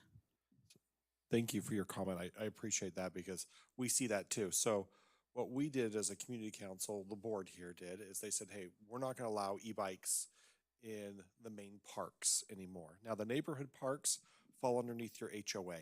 So if you're in Parkside or if you're in Country Club, those parks fall underneath them. So what I can do, Parkside has not banned e-bikes in their park, but I can pass along your comment to Parkside and see if there's any interest from them in looking at something like that, because that would take them doing that. I know it's kind of a web of mess here. We own the main parks, and then the HOA own the little pocket parks within the neighborhoods, and they would need to declare that for the property that they own there, since they're the property owner. But point well taken. I think you're well heard. I think I have small children as well. Same type of concerns that you have as well. So, thank you.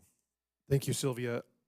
I will tell you, Director Baker, myself, we are communicating with a lot of leaders within Arizona governance, and we have essentially pretty much reached our limit. What we can do is call the police, and the police have to respond, and they can come. Well, yeah. Unfortunately, they run from the cops, and this is not just an Anthem problem. This is a Gilbert Goons problem. They're murdering people, by the way, so that's a whole other level. But then there's Saturday Night Live is doing skits on e-bikes. If you can watch that, this is a national thing. It's a new technology. So what ends up having to happen is that we have to make corrections at the legislation level for the state of Arizona. And the state has to, in my opinion, and what we're hoping to lobby to create is regulation to require those bicycles to have to register so that people are being held accountable for those things. Because if you can't tie a bike with a kid with a mask shielding their face and they just run from you you'll never be able to catch them. So our politicians locally in the state are going to have to do their jobs and create regulation that's going to protect our families, our children, and things like that. So that's where that goes. If I can give you any kind of feedback on that, okay? So thank you so much for coming up. Any questions or comments from the board? No, okay. All right, I forgot what we were doing here. Let's see. Okay, so I'll entertain a motion to approve the upcoming facilities master plan process. Facilities master plan process. Second. Director McKenzie seconds. Any comment, discussion from the board on this before we go to a vote? None? Okay. All in favor say aye. Aye. All opposed? No opposition. The motion passes unanimously. Thank you.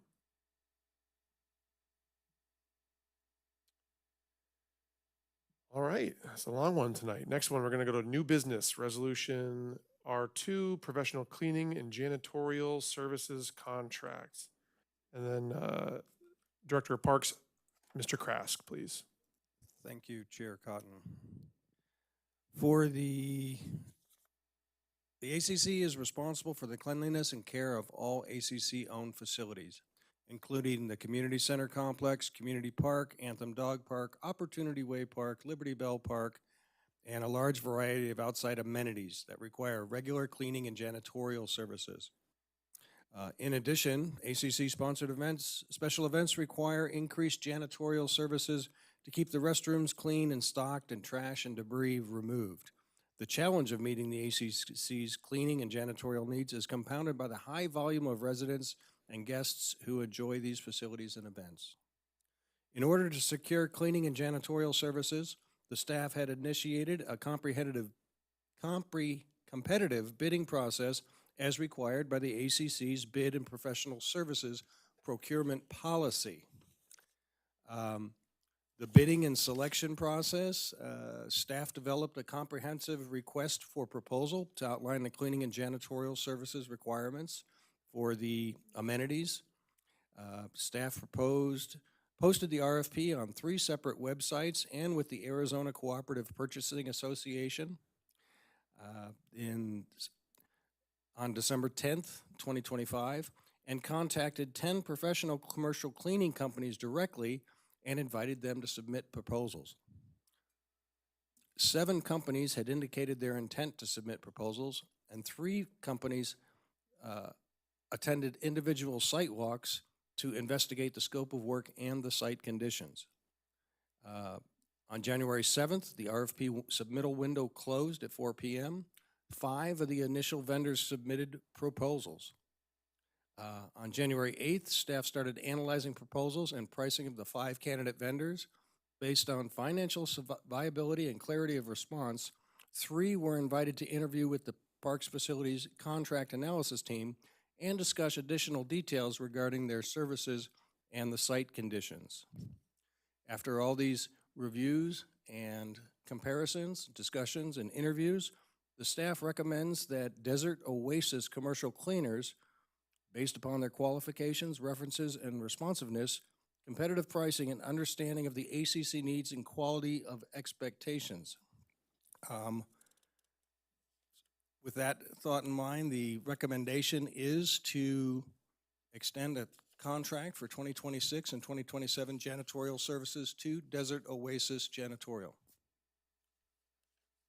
Do we have any questions regarding the recommendation? Thank you. Do we have any questions or comments from the board? What, Mr. Barbie?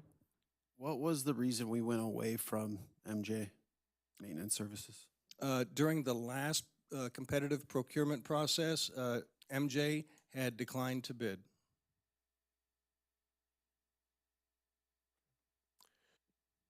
Any other questions, comments? Director Patterson? Nothing? Okay. All right, I'll entertain a motion. Sorry, no point of order. We'll open it up to public comment in just a second, sir. Give me 1 second. What are you looking for? A motion on this agenda, Oh. on this resolution. I move we accept the recommendation. Okay, do we have a second? Okay, Director Hartman seconds. We'll open up to discussion on the board. Any board comment or discussion on this topic? Director Barbie? I'm struggling with these numbers that we have here from the 3 that are presented to us: Desert Oasis, Explorer Facilities, and MJ. We have quite a few expenses coming up this year with some big projects. And when I'm looking at this monthly bill here, and we have a history with one that we used for a long time, who isn't the current provider, and seeing that they're the lowest bid out of the 3 that we have here, I'm sitting here going, why would we not choose them? So that's what I wanted to say. If I may address the board.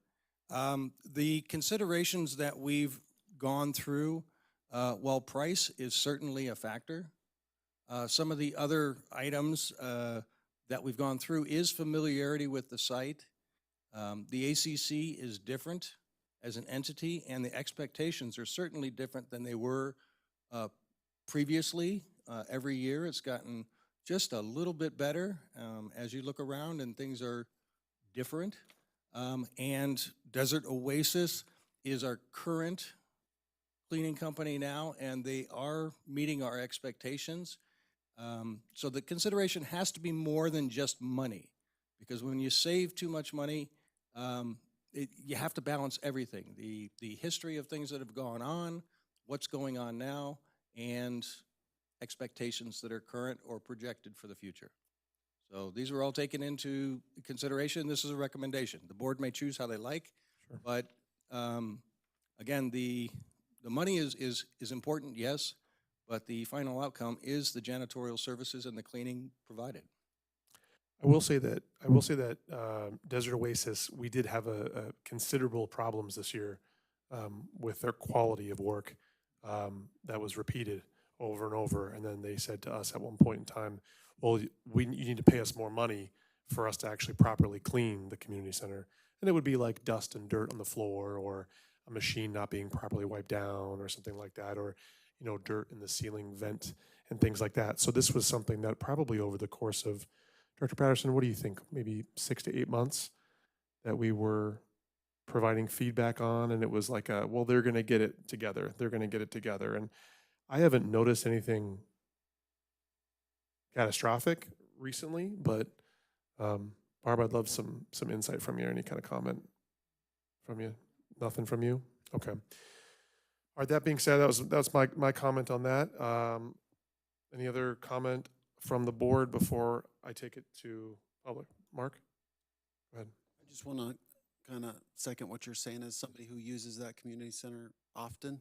It's kind of I would call it like our jewel, meaning the most people are in and out of there. And again, I don't think it's been that great. I feel like a couple years ago, the crew that I saw in there was doing a little bit of that deeper cleaning that you're describing. Examples, using a dust mop to mop every horizontal line going around the entire gym, and windowsills and ceiling fans and treadmills, and I don't see that happening as often or as detailed now. That's actually a really good point. There was one day I sent Executive Director Baker an email, and I had seen, and this is testament to how great our staff is in the community center, but we had some of our community center employees going around and like doing a deep clean on the equipment. And it wasn't our cleaning staff, it was the teenagers who were working there, and they had piles of dirt and dust that were just sitting there. And I was watching it going like, why are our cleaning services not doing this? Anyway, those are some thoughts. Any other board comment? No? Okay. I have a card here from Aaron Jacob, a country club resident from MJ Company. Why don't you go ahead and make sure that light's on and about 1 to 2 inches from the microphone, Mr. please. Cotton, thank you for the opportunity to speak. I should also point out that I am not a resident of Anthem. I'm just a vendor. Mr. Garner is in the back of the building, and he's submitted, per the Arizona Revised Statutes, a form for me to speak on his behalf. I'll be real brief. Who are we? Well, we worked here for 10 years, and we were called back to offer a proposal for services for janitorial. When we left in 2024, Mr. Baker and I had a very nice conversation at my office about the reasons for leaving, which was voluntary. By the sheer nature of the revenue of your account, you're one of the largest accounts in janitorial in the state of Arizona, whether you know it or not. By any account, it would probably be any company's probably larger client. I really want to reference page 96 of your packet where it says that there was a competitive bid that occurred here. My company was a low bidder. We were $39,000 lower than the bid that you have and was recommended by Mr. Krast. I also want to share that we had a meeting where after our bid was submitted, we were asked to have additional oversight requirements in our contract. And regardless of the intent of that, the effect of that change was to materially raise our pricing and narrow the spread between bidders after we submitted. So our pricing was actually $1,500 less, almost $1,500 less per month. So it was more than $40,000 per year. Third, the two highest bidders are not independent competitors as stated on page 96 of your RFP or of your board packet. One operates as a subcontractor to the other, and Desert Oasis does not self-perform its work. Desert Oasis does not self-perform its work. They subcontract it out. That structure undermines the premise of an arm's length competition and the competitive nature of the RFP as stated on the bottom of page 96. Finally, the pricing structure itself raises a lot of concerns. The Civic Building is priced on page 108, $5,000 higher per month than our proposal. I have all the hours that we've spent over 10 years in the Civic Center. It's a 7.5-hour labor hour clean every night. It's 195 hours a month. The parks are almost 600 hours just by the sheer opening time frame. Makes no sense. While park facilities are priced significantly lower than the market value, which is very confusing because on page 108, their proposal shows that Liberty Bell Park, for example's pricing is the same as the main park. That makes no sense. The only way that works is through internal cost shifting, which appears to benefit one budget at the expense of another, potentially by $50,000 or more. The fixed cost under your new RFP for just 2 gators, fuel, and all the associated expenses of repairs on those gators like tires and service is over $2,000 per month. How anyone could bid that contract for the parks at $14,000 per month when ours was 19 makes no sense to me. Makes no sense. Taken together, post-bid scope changes, non-independent bidders, exclusion of the low bid from board materials, and distorted cost allocation is not a minor issue. It is a procurement integrity issue. It's also part of the reason why we walked away 2 years ago. Why would anybody walk away from a $500,000 janitorial contract? It's a beautiful contract. Our people loved it. In the first year, we were contacted by residents to come back. Our team. I just wanted to share that with you. I know this decision is yours as a board, but I'm the type of person that will walk away from a large contract if it means that my integrity is on the line. Thanks, Aaron. I appreciate you coming up. Since this is a big deal for us, tell us, so give us a little bit more insight here. You walked away from the contract because you felt that you couldn't. I'd prefer not to speak about that in an open session. I think it's appropriate. I used to own a property management company, so I'm really familiar with the rules regarding open and closed sessions. And I don't think it's appropriate for me to speak about that in an open session. Okay. So you know we're about to vote on who we give the contract to. So you just legally can't do it? You've made a motion and you've made a second. You have attorneys in the room, correct? You made a motion and a second. The motion can be withdrawn very easily right now and tabled. I would highly recommend Well, I'm that. aware of parliamentary procedure. I appreciate it. I'm asking you a question as to why you dropped the contract. You don't want to answer that question. Well, So I appreciate your comment, Aaron. We're going to go ahead and move to a vote. Any questions or comments for Mr. Jacob? Barb? Thank you for coming. So I guess my question is, why would you want to work with us if you walked away before? And why would you want to work with us? There's some story, I don't need to know the story, but No. I'm curious about why you would Baker do and I had a very that. nice conversation after we left the contract before, and we were contacted by Mr. Krask to submit a proposal. And I thought that the nature of the conversation that Mr. Baker and I had was very positive, and that perhaps he was the person behind a renewed focus on us working here together. What I learned between the time that we had our meetings and today gave me a lot of pause for what happened. And it gave me a lot of concerns. And I think it's very obvious by the nature of these things that when something is the second largest contract on your entire operations budget, you raised your budget expenses this year by almost 10%. Why is that? Well, the reason for that is because a subcontractor has to get paid and he has a contractor. They're not self-performing. So your current vendor adds another layer to the costs of the contract. I'm completely okay with that. It's a very hot thing in janitorial right now. We work with companies that do that. However, it's not an arm's length transaction when the number one and the number two bidders are working together. They're contractors with each other. One is the subcontractor for the other.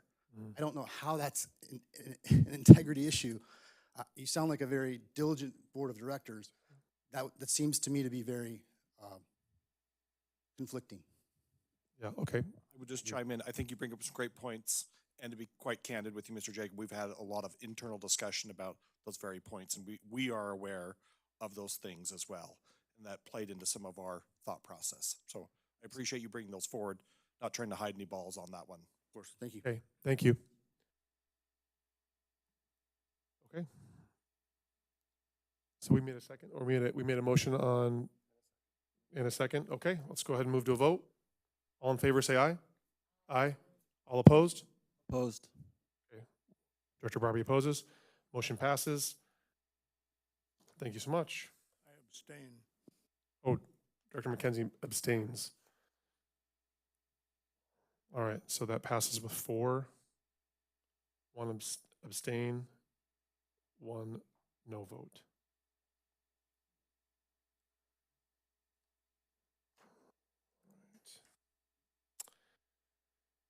Let's see, we're going to move on to the resolution R3 Community Center Pool Coping Stone Contract. Mr. Newell, you're up. Sorry, we're getting all caught up here. All right, we are talking about the coping stones at the pool. We have talked about this in brief in the past. So if you want to look at your packet, we had two proposals for the different pool areas. Proposal A is to replace all of the coping stones at the lap pool, and proposal B is to replace all of the coping stones at the water park.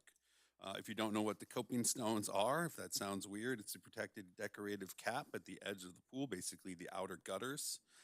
They're white stones, and in some of the pictures that you were provided with, you can see that they've yellowed and they've aged. A majority of the coping stones are original. What we have done since I've been around for 15 years is we replace them as they break. So it's another reason why they are discolored and they're not all the same. So this proposal would be to replace both areas in full, which has never been done. It's a great product.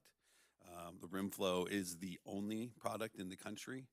So we did not have the opportunity to go to bid for this project. However, we did look into other gutter systems, which would be a dramatic cost comparison, like triple to more than triple what the replacement of like for like would be. So if you have any questions, we have the amounts listed that were in reserve, which was underfunded for this project, and the amount to replace. But as you heard earlier in the finance portion, we have saved in our reserve over the years because some projects get pushed back, including this one. This project was actually up a couple different times over the last few years. So we're at the point now where we can't push it back anymore and we need to get it done.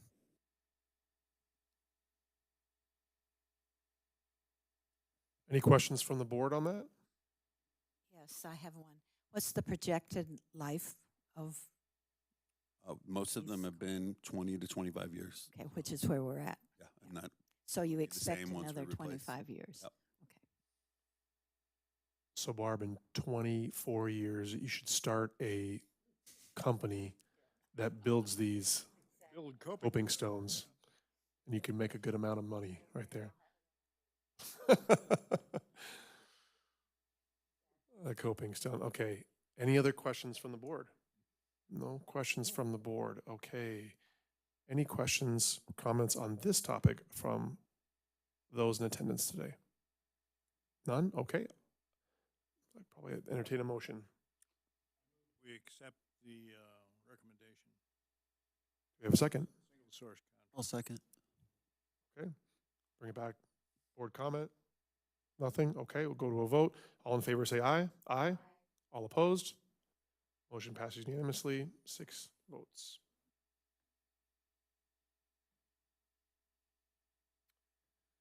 Okay, we're getting through this. We're gonna get there. All right, next up, new business 9C, review of bylaws and code of conduct discussion. Would you like to kick that off, Jonathan, Michelle? I have a parliamentary question. Yeah, please. Shouldn't we defer this to our next meeting since David Duckworth was one of the requesters that we go over this? Oh, wait, when we could. Would you like to? Just a point here, this is for discussion only, no action. Oh, no action. So if you wanted to say, hey, we can start the discussion now and continue the discussion next month, we certainly could do that, or we can table it in the interest of getting home in time for your favorite news program. We can do that as well. I don't watch television, but I do watch my computer. Yeah, I would propose that we defer discussion on this until next month. Okay, we probably don't need a vote to postpone this discussion, right? Okay, we'll just move it. Anyone else have a concern with that? Okay. All right, we're gonna table that. And we can move on to 9D, the property fund. And D. Nortman, Director of Finance, take it away. Thank you. So this is something that we talked about with the Finance Committee back in November. It's really just the creation of a new fund, a property fund, that would house the fixed assets and the related depreciation as separate fund. It would not change the financials on a consolidated basis.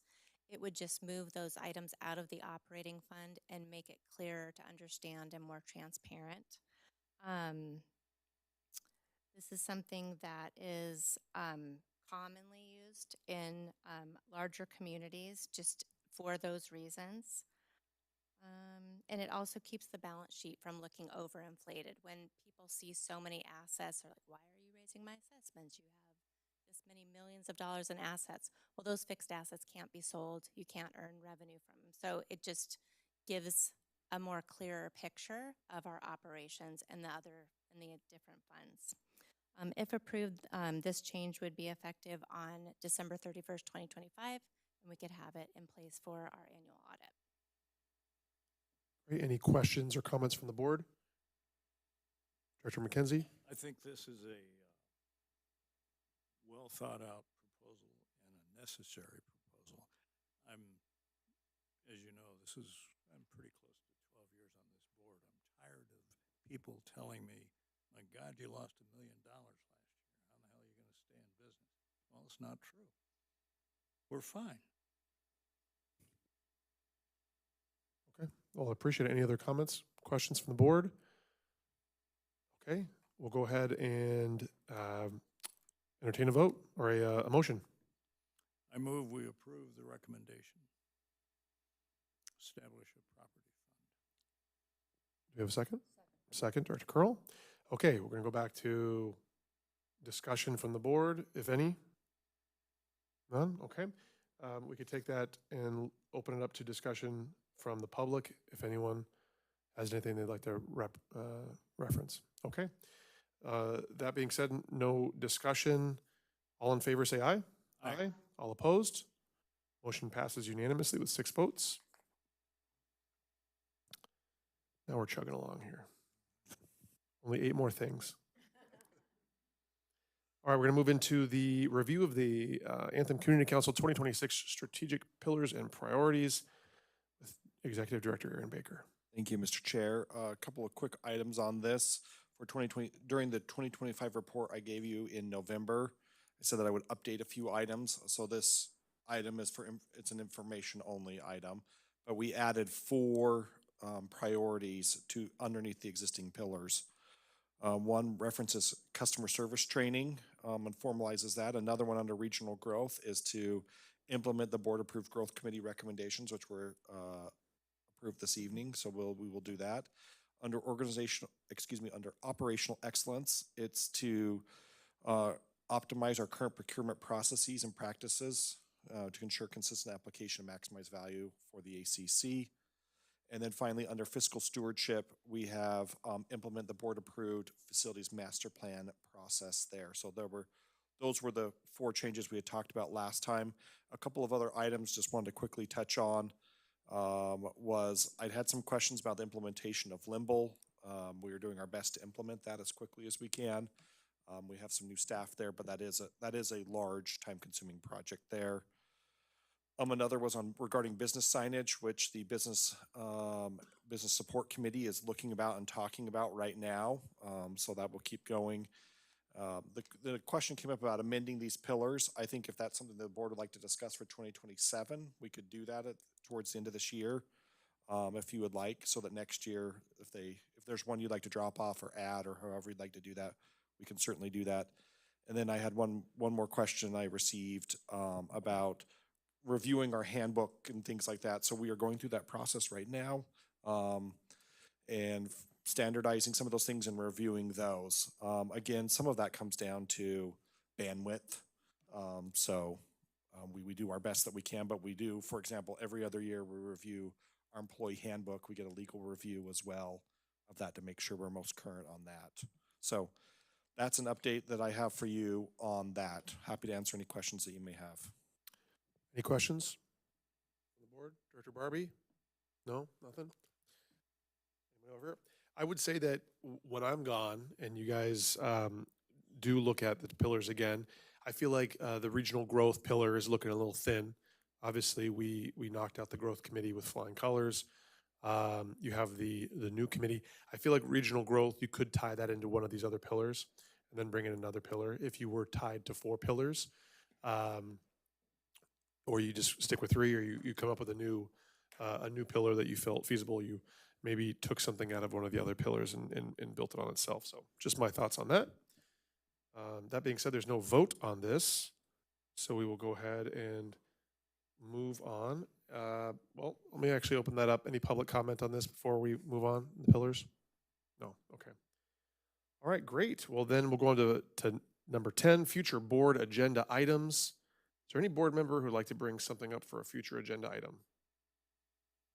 We talked earlier about adding a discussion next time. Yes. Think about the growth committee recommendation. Oh, yeah. That its duties and purview be expanded to. Like a standing committee? So what John Parsons had recommended? John Parsons recommended. Okay. Would you like to add that? They'll take 2 people being the petitioner for that. I'll back him up on that. Okay. We'll add that. That's the growth committee to be a standing committee. So we'll have that on the agenda for our February meeting. All right. Discussion and action. Yeah, with a discussion and action in March. Sounds good. Okay, great.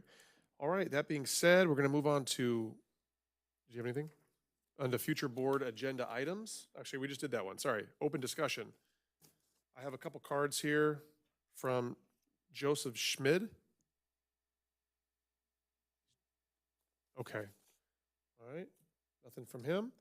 Anyone want to have any public comment that would like to approach the podium? Nothing. Okay. All right. That being said, your favorite part of the night, do I have a motion to adjourn? Second. All in favor say aye. Aye. All opposed? We are adjourned. We knocked that out.